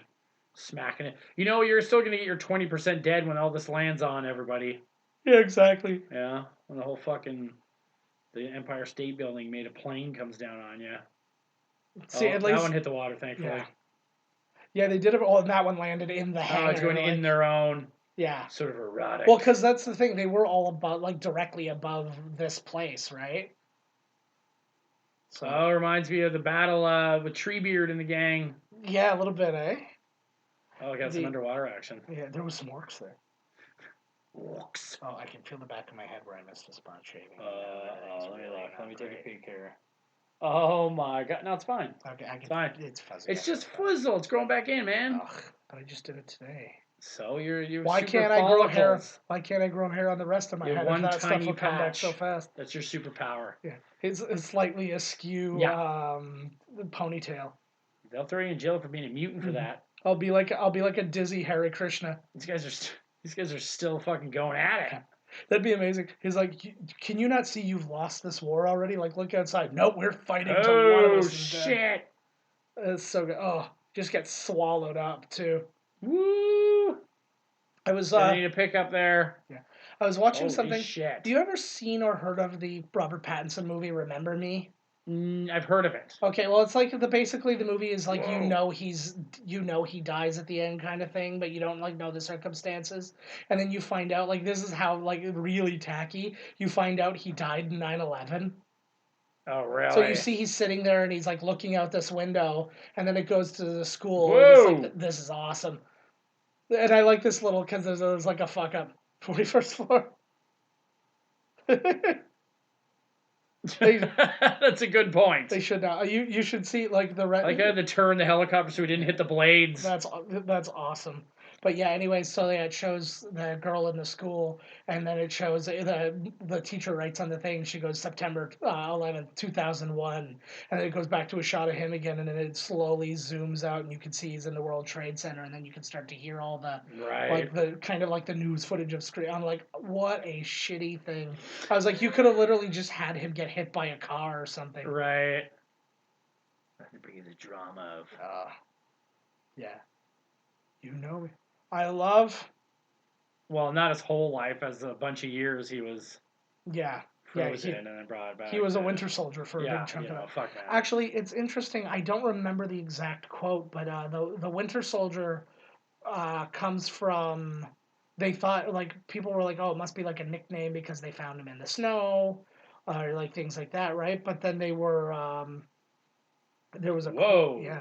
there was a quote from this poem, and it talks about the summer soldier and the winter soldier, and it's basically like the summer soldier is a warrior, but he's kind of fighting in like the best circumstances. I'm super paraphrasing. And it's like it's the winter. It's the no. I know it's the winter soldier that deserves your thanks and your love. So they're like, really, Captain America's the winter soldier, Right. right? But it's like that's what they call him the winter. What a soldier, good scene right right like, here. End of line, buddy. French to the end. He like Sebastian Stan, a guy I knew nothing about prior to these movies, and like he does a hell of a job for what he's been getting. Like he's not in a ton of Captain America, like he's in some, and you just kind of get like a feel of him. Right. But like you get a lot out of him for a brainwashed character. Yes. You know, Nice like shot. Oh, it's so good. Second straight Captain America movie where he ends up in the ocean. Yeah, there What goes that floating. Was that Infinity I Stone? was just gonna say that looked like it was the. Holy fuck! It's the orange it looked one. like it was the mind. Oh yeah, that was the Soul Stone. There it is. What is that? It's kind No, of it's just something like that's something amber. burning out there while Yeah. it floats down. Oh, it grabs him. That would have been amazing if it wasn't. Or no, it's one of two things. It either wasn't the Winter Soldier, it was some other dude who just happened to be there. He was like, I was just going out for a Potomac swim. Cyborg. Or it was just the metal arm. His arm fell off and came down and saved him and dragged him back like Cousin It style. You're not going to help him, then I will. It'll be like Oh, no, Hammerman's shoes. Fame, not Cousin. Hammerman's shoes. Oh, shit. His metal arm has got him Yeah. out of its own, and he's even better than you, Bucky. I really, really hope, though, that whatever they do, they end up doing like the either Bucky or Falcon is Captain America. I hope so, too. Because I like both of them a lot. They are, and apparently people like them too as they're getting their own show together. Because like they've got, right? And off he goes. The end. No, Oh wait. They're not done. There's more stuff. Actually, I really like the mirroring in this scene. I don't always like when they do stylistic things like this, but right, yeah. Because sometimes it's kind of like corny, and this one is kind of corny, but it's kind of nice. It's kind of corny. Yeah, but it's still nice. I don't know. It gave me good feels. Oh, got the Trouble Man on. Mm-hmm. Just hearing Trouble Man, because Trouble Man was a movie. But I'm the Trouble Man. But it reminds me very much of like a Rudy Ray Moore kind of thing. I'm like, why is Marvin Gaye doing Rudy Ray Moore movies? Why is he? Oh, he's got some. I noticed somebody. They really had the Stitch. Yeah. The Stitch artist out on this one because Sam Jackson had stitches in the top of his head when he was standing there with the end scene there. Now, buddy, he had. Oh, there she is, bullseye every time. I like this too of getting like that scene where everybody like, where do they all end up? Stark Industry. Oh, there she is. She's the secretary now. I like to just her face. You could tell she's lying. whatever they're asking her. She's Yeah, totally she's lying. lying. And get and breaking Oh, the there goes system. Gary Shandling. Hey, what the Son of fuck? a beast thing. Uh-oh, here he is. See, this is like a big thing to do for a guy to not really see him after that. Yeah, he was in. Well, he's in Avengers 2, but only for like the opening scene. Yeah, just right? real quick. Like, you think he's... Yeah. You think by that, like, he's going to be Captain America's main bad guy or something, right? Like... Yeah.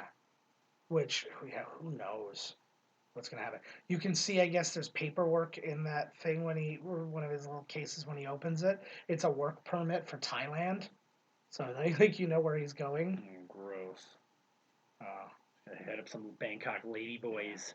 That guy's He's from, always like, wanted to the go West there. Wing. That guy's from fucking everything. Yeah. You know, it's a nice thing you just said there before where you were like, I don't know. And that's the beautiful thing about we don't know where it's going. Yeah.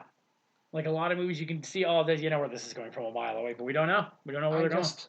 And I'm really glad. It makes me so happy. And I know that they don't take like line for line, page for page from the comics, which is a good thing. And that's partially because they don't have all the characters rights at the time or whatever. But I'm glad that they don't, because then you're just stuck with like knowing everything. It would be like if you did like The Walking Dead has a lot of that. There's characters who aren't even in the books, and then they've killed people who are still alive in the comics and stuff like that. It's like that's necessary because the people who have read the comics need something to enjoy, because it's like I don't know, there's got to be something to it, like even movies that are based on a true story that have books, like tons of books about it and stuff.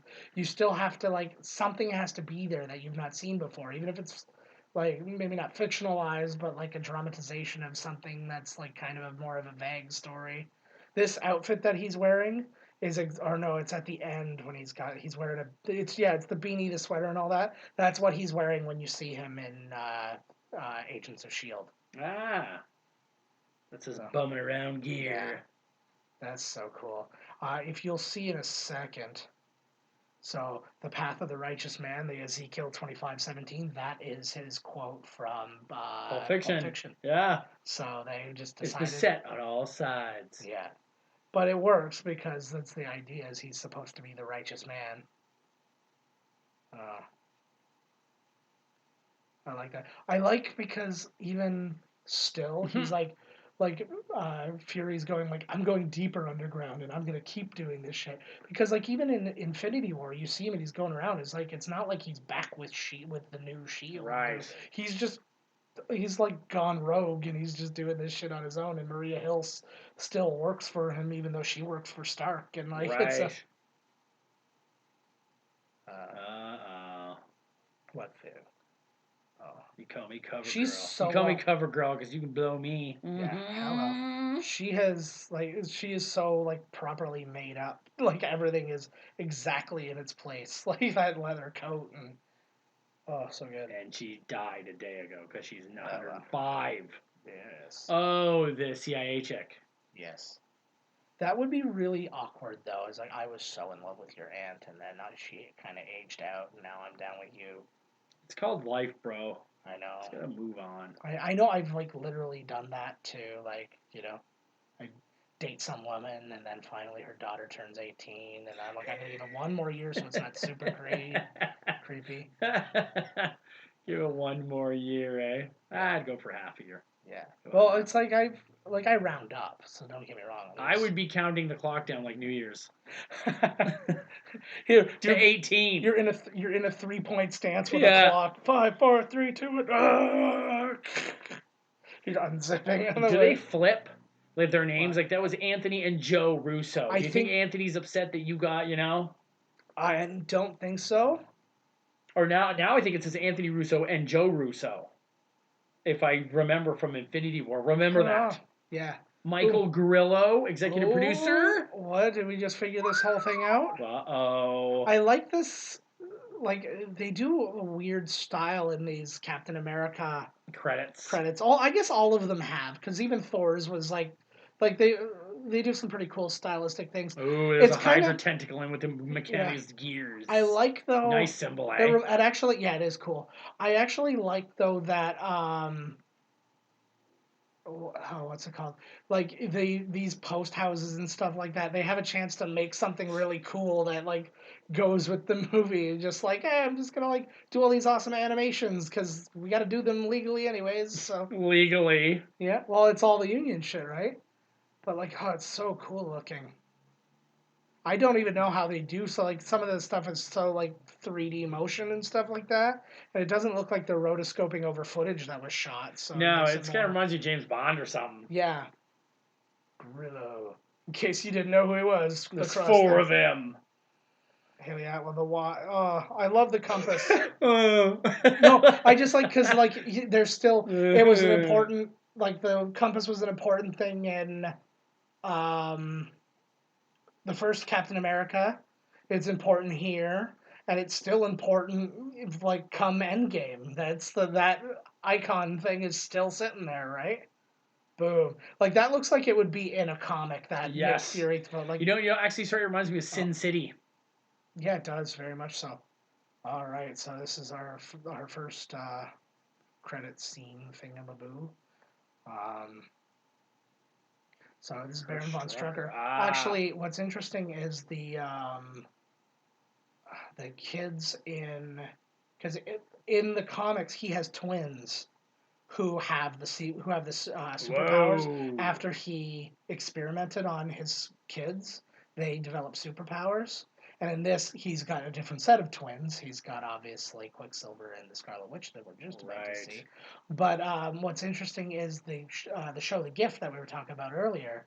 They are actually the Strucker children, and they're not, and they're brother and sister, and then they have superpowers together. Like they each have superpowers, but they can combine their powers. But now they're working against each other. I was very disappointed in Quicksilver. Yeah. In Avengers 2. Yeah. Because it was funny how like you thought that they were really gonna like after the scene they had an X-Men. You're like, wow, obviously Marvel's gonna do him way better. Yeah. No, they did not. You know what it was though? That was like the only good scene in that X-Men movie was him running around. Yeah, I think that their long game plan never included him. So no, they I don't think it did either. Because everything that they've done with Scarlet Witch since that movie could not have worked with his brother, with her brother there. You know what I mean? Yeah. Like it's like because she's got the stuff going on with Vision. She has her own. I don't like that they made it brother sister. Well, they are brother and sister. And the original story, Quicksilver. No, because they were children of Magneto, weren't they? Magneto's kids. They're both Magneto's kids, still brother and sister. With different moms? No. Who do you knock up? Are they Mystique's kids as well? No. What a slut that I know, Magneto right? is. What that's a the thing. Man slut. Well, that's the thing about all of the X-Men Marvel universe is everybody's the son or daughter of two different people, and it's like they're throwing darts at a board and going, "Wow!" It's like I can't Beast and Jubilee. Yeah, hey, yeah, it's like go. According to this, Jean Grey's been pregnant 74 times. Yeah, exactly. Like so it's. And then you go to the future and you're like, oh, this person's not going to be the son or daughter of anybody. It's like, oh, no, I'm the son or daughter of this person. Oh, you son of a bitch. Like, you son of a bitch. And I did say that person said, I am the son or daughter. That person's muted. The mutation was they just constantly flip genders. Oh, nice. And not like in a non-binary way. Like it goes like everything, all the parts. Yeah. Like the person's sex changes over and over again. That sounds pretty neat, actually. Yeah, that'd be good. Because everybody's a bisexual. Oh my god, Doug Ford was one of the engineers. Oh my god. Ugh. But no, it'd be good though because if you're a girl at a bar, so you can get people to buy you drinks, then you you use your power to grow your penis and then go into the men's washroom. And then you have the show, and they're like, what the pointless waste of power. I'm trying to be very specific so people don't think I'm doing a Louis C.K. bit because I'm not. Yeah, exactly right. What is that name? Where? Tirati Kalingwatanavik. Oh god, show me. Oh god, it's gone. It's gone. In the time it took me to read it, it came and went. It was gone. I thought somebody's name was Babadook, but it wasn't. Look at all these fucking names. Every time, right? Holy god. I understand though, because you were saying, oh, this person, they have the chef to this person. Like the kind of shape these people need to be in, they all need personal chefs. Yeah, totally of course. understand. They're all on different friggin' little things, and you think they could have one guy to do it, though, right? You got one guy making one meal for one person? Like, what the fuck? Oh, Charlie Murphy was one of the digital utilities. Charlie Murphy, show Charlie Murphy your tit. Charlie Murphy. I'm sad that he's dead too. I'm There's so many sad people who that are dead. he is. Charlie Murphy died like 2 years ago. Oh no. Yeah. Oh, I liked him. Yeah. You know that Eddie Murphy has 10 kids? Yeah, that's. They did like a Christmas card, He's the and they had to do it from like a helicopter because like they couldn't get everybody in. He's the Jean Grey of the non-Marvel universe. Oh my God, is he ever? But yeah, no, he is pumping out kids, and it's like with like 30 different kids or 30 different moms. 10 kids, Yeah. 30 different moms. Yeah, you heard it. Some of them split them. Well, sometime like one person, they were good at the first part of the pregnancy because they can deal with all the morning sickness, but the other person couldn't. So what they did is they'd scissor and then pass the baby from one to the other. Not unlike when like two penguins pass eggs from feet to feet. They just shoot the baby Yeah. in, it rehooks in. Yeah, Actually, the It's baby scientifically unhooks, and then when he possible. gets in there, it hooks in real quick. exactly. It's Like a plane getting refueled in the air. I was thinking like Cliffhanger and the Carabiners, like you go from one thing to the Yeah, next. exactly. Click, click. It's fine. It all works. It sounds like that would work. I I bet you could sell that at a God. conference. Well, At a Trump conference. If this Of one course, person, that's how babies are swapped over. I was reading the tweet of a super right wing person, and it was something about what do abortion doctors tell their kids they do for a living, and the first person's response was they say they're doctors. They're all BGYNs. That's their job. And then but then somebody I'm responded a underneath. baby killer. So it's like, but then the next person responded, I wonder if they know, they've seen the footage of limbs literally being torn off a fetus as it struggles to try and get away when you're trying to pull it out of you and all this stuff. And then, No, of course they did. They're the one doing it. No, and then the person is like, that's not what happens in an abortion. A baby does not try to get away Limbs from are you. ripping The off. baby is and not like, aware that it's being sucked out of you. Like there's nothing like it's like not even to technically a baby like yet. to them it's a hand up there grabbing it. Yeah. Grabbing it. Yeah. So yeah, of my opinion, we're already, like I said, the fact is humans already are having babies prematurely because they can't give birth to a fully matured baby. Right. So if it can't survive on its own, that's the end. That's my opinion. Hey. It's like you're not a fully fledged human if you can't survive outside, or at least on an incubator. I think I heard somewhere, I might have been dreaming, Yeah. where Chinese doctors have figured out a way where in the womb Yeah. they can shut off whatever gives you AIDS. Oh, thank God. Like, I swear to God, I read that somewhere. You and me gotta get ourselves a ride to Damn China. right. Oh, so this is a great. Oh, This here is we go. the final post-credit scene. This is cool because it kind of gives you everything you need for him moving forward, Everything I right? need. Well, like as far as because I mean he's not in Avengers 2, he's in Civil War though, and like so. Yeah, like, but he's got to go away for a while. Yeah, but like again, like you can see like that he's crushed, but at the like it's He's so all good. fucked up, though. Yeah, like that's what I'm saying. It's just like imagine learning all like Whoa. you sort of had flashes about it, and you're like, I'm learning my truth all at once. It's like when again going back to Jason Bourne when he finds out, oh, I've been killing like pretty innocent people sometimes. Oops. Whoopsie doodles.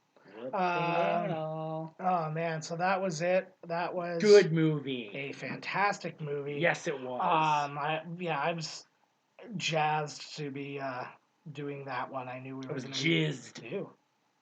Well, it's because I knew, like, half remembering Thor when we were going to be recording that. I was kind of like, whatever, but I was like, Winter Soldier's going to get me through the day. And it did. Yes, it did. All right, and now we're going in a direction that I never would have thought we would have gone in for the Marvel Universe. Our next movie, Guardians of the Galaxy. Nice. James Gunn, baby. Oh, so Guardians of the Galaxy is before Avengers 2? Yeah, Sweet. it is. Sweet. So we've got that to look forward to. And then I think for if you actually do that whole the chronological order thing, Guardians of the Galaxy 2 also takes place before Avengers 2. Nice. But they just didn't do that. And That's we're not how doing they that. placed them. Yes, and that's not what we're Right. doing either because it doesn't matter. So yeah. Oh, I just like scratched my ball way too hard, and I'm like, oh. Your ball. Oh, I thought you said you're bald at first, which kind of made me Oh, laugh. I kind of like just bagged myself a little bit. Oh, don't do it, man. I do that sometimes if I'm wearing the wrong jeans and I Ow. get out of the car the wrong way. The seam in the middle of my I jeans will pinch it. Like barely have testicles. How does it even happen? You should start taking more steroids. Oh man, you're right. Nice. Right into my balls. Well, it's supposed to shrink. I like to just stick it into my urethra and jam it into the wall in there. I like pee wall. No, I was watching Tosh.0 one time and they had this giant steroid dude. He was mega giant. Like he had. It's huge. Yeah, like Like a fucking beast. his arms were like your chest. Nice. Like they were both that big, and he was so huge, and he's just like, ah. And they were talking about him taking steroids and stuff, and he's like, yeah, absolutely. And he's like, yeah, but don't they shrink your balls? And his response was, well, how big do you want your balls to be? So I was like, well, you win. Not a bad. You win that argument. Yeah, not a bad. All right, guys. Thank you so much for listening. As always, find us at miscastcommentary.com. Email us podcast@miscastcommentary.com. Find us on Twitter. We're talking about our favorite movies so far. Where are you guys at? Give us your of the 8 that we've done. So we've done Iron Man, Iron Man 2, Thor, Captain America, Avengers, Iron Man 3, Thor 2, and Captain America 2. Wow. So Winter Soldier. We're getting there. So, what's your top 3 so far? I'd love to get a running count of people's top 3. That'd be nice. I also want to know how big they want our balls to be. Yes. Give me measurements. We're starting to age, so I can tell you how long they're going to be soon. So stay tuned for that. That's going to be our new YouTube channel. I think we got some pretty big balls. Ball watch. Well, you got ball talk. Miscast commentary ball talk. It comes after cat talk. Yes. And we just comes after cat chat. Yes. So, check us out. And also go on the website for my dog blog. All right, guys. Let's go. Yeah. Thank you guys so much for checking us out once again. And tune in next week for Guardians of the Galaxy. Nice. Later, y'all. May the Schwartz be with you. This has been Miscast Commentary with your hosts Joe Finley and Todd Murray. Executive producer Joe Finley. Be sure to like, comment, and subscribe to the podcast wherever you listen. Visit www.miscastcommentary.com for all news related to the podcast. Miscast Commentary is a Miscast Media production. That's where we actually use, we put a dog in our lap and we make him click the buttons. It's not what amazing. I wanted. When I blew up my birthday candles, I made a fish wish, but I didn't get. I could do this. Vlog. I could do this all day. I'm exhausted.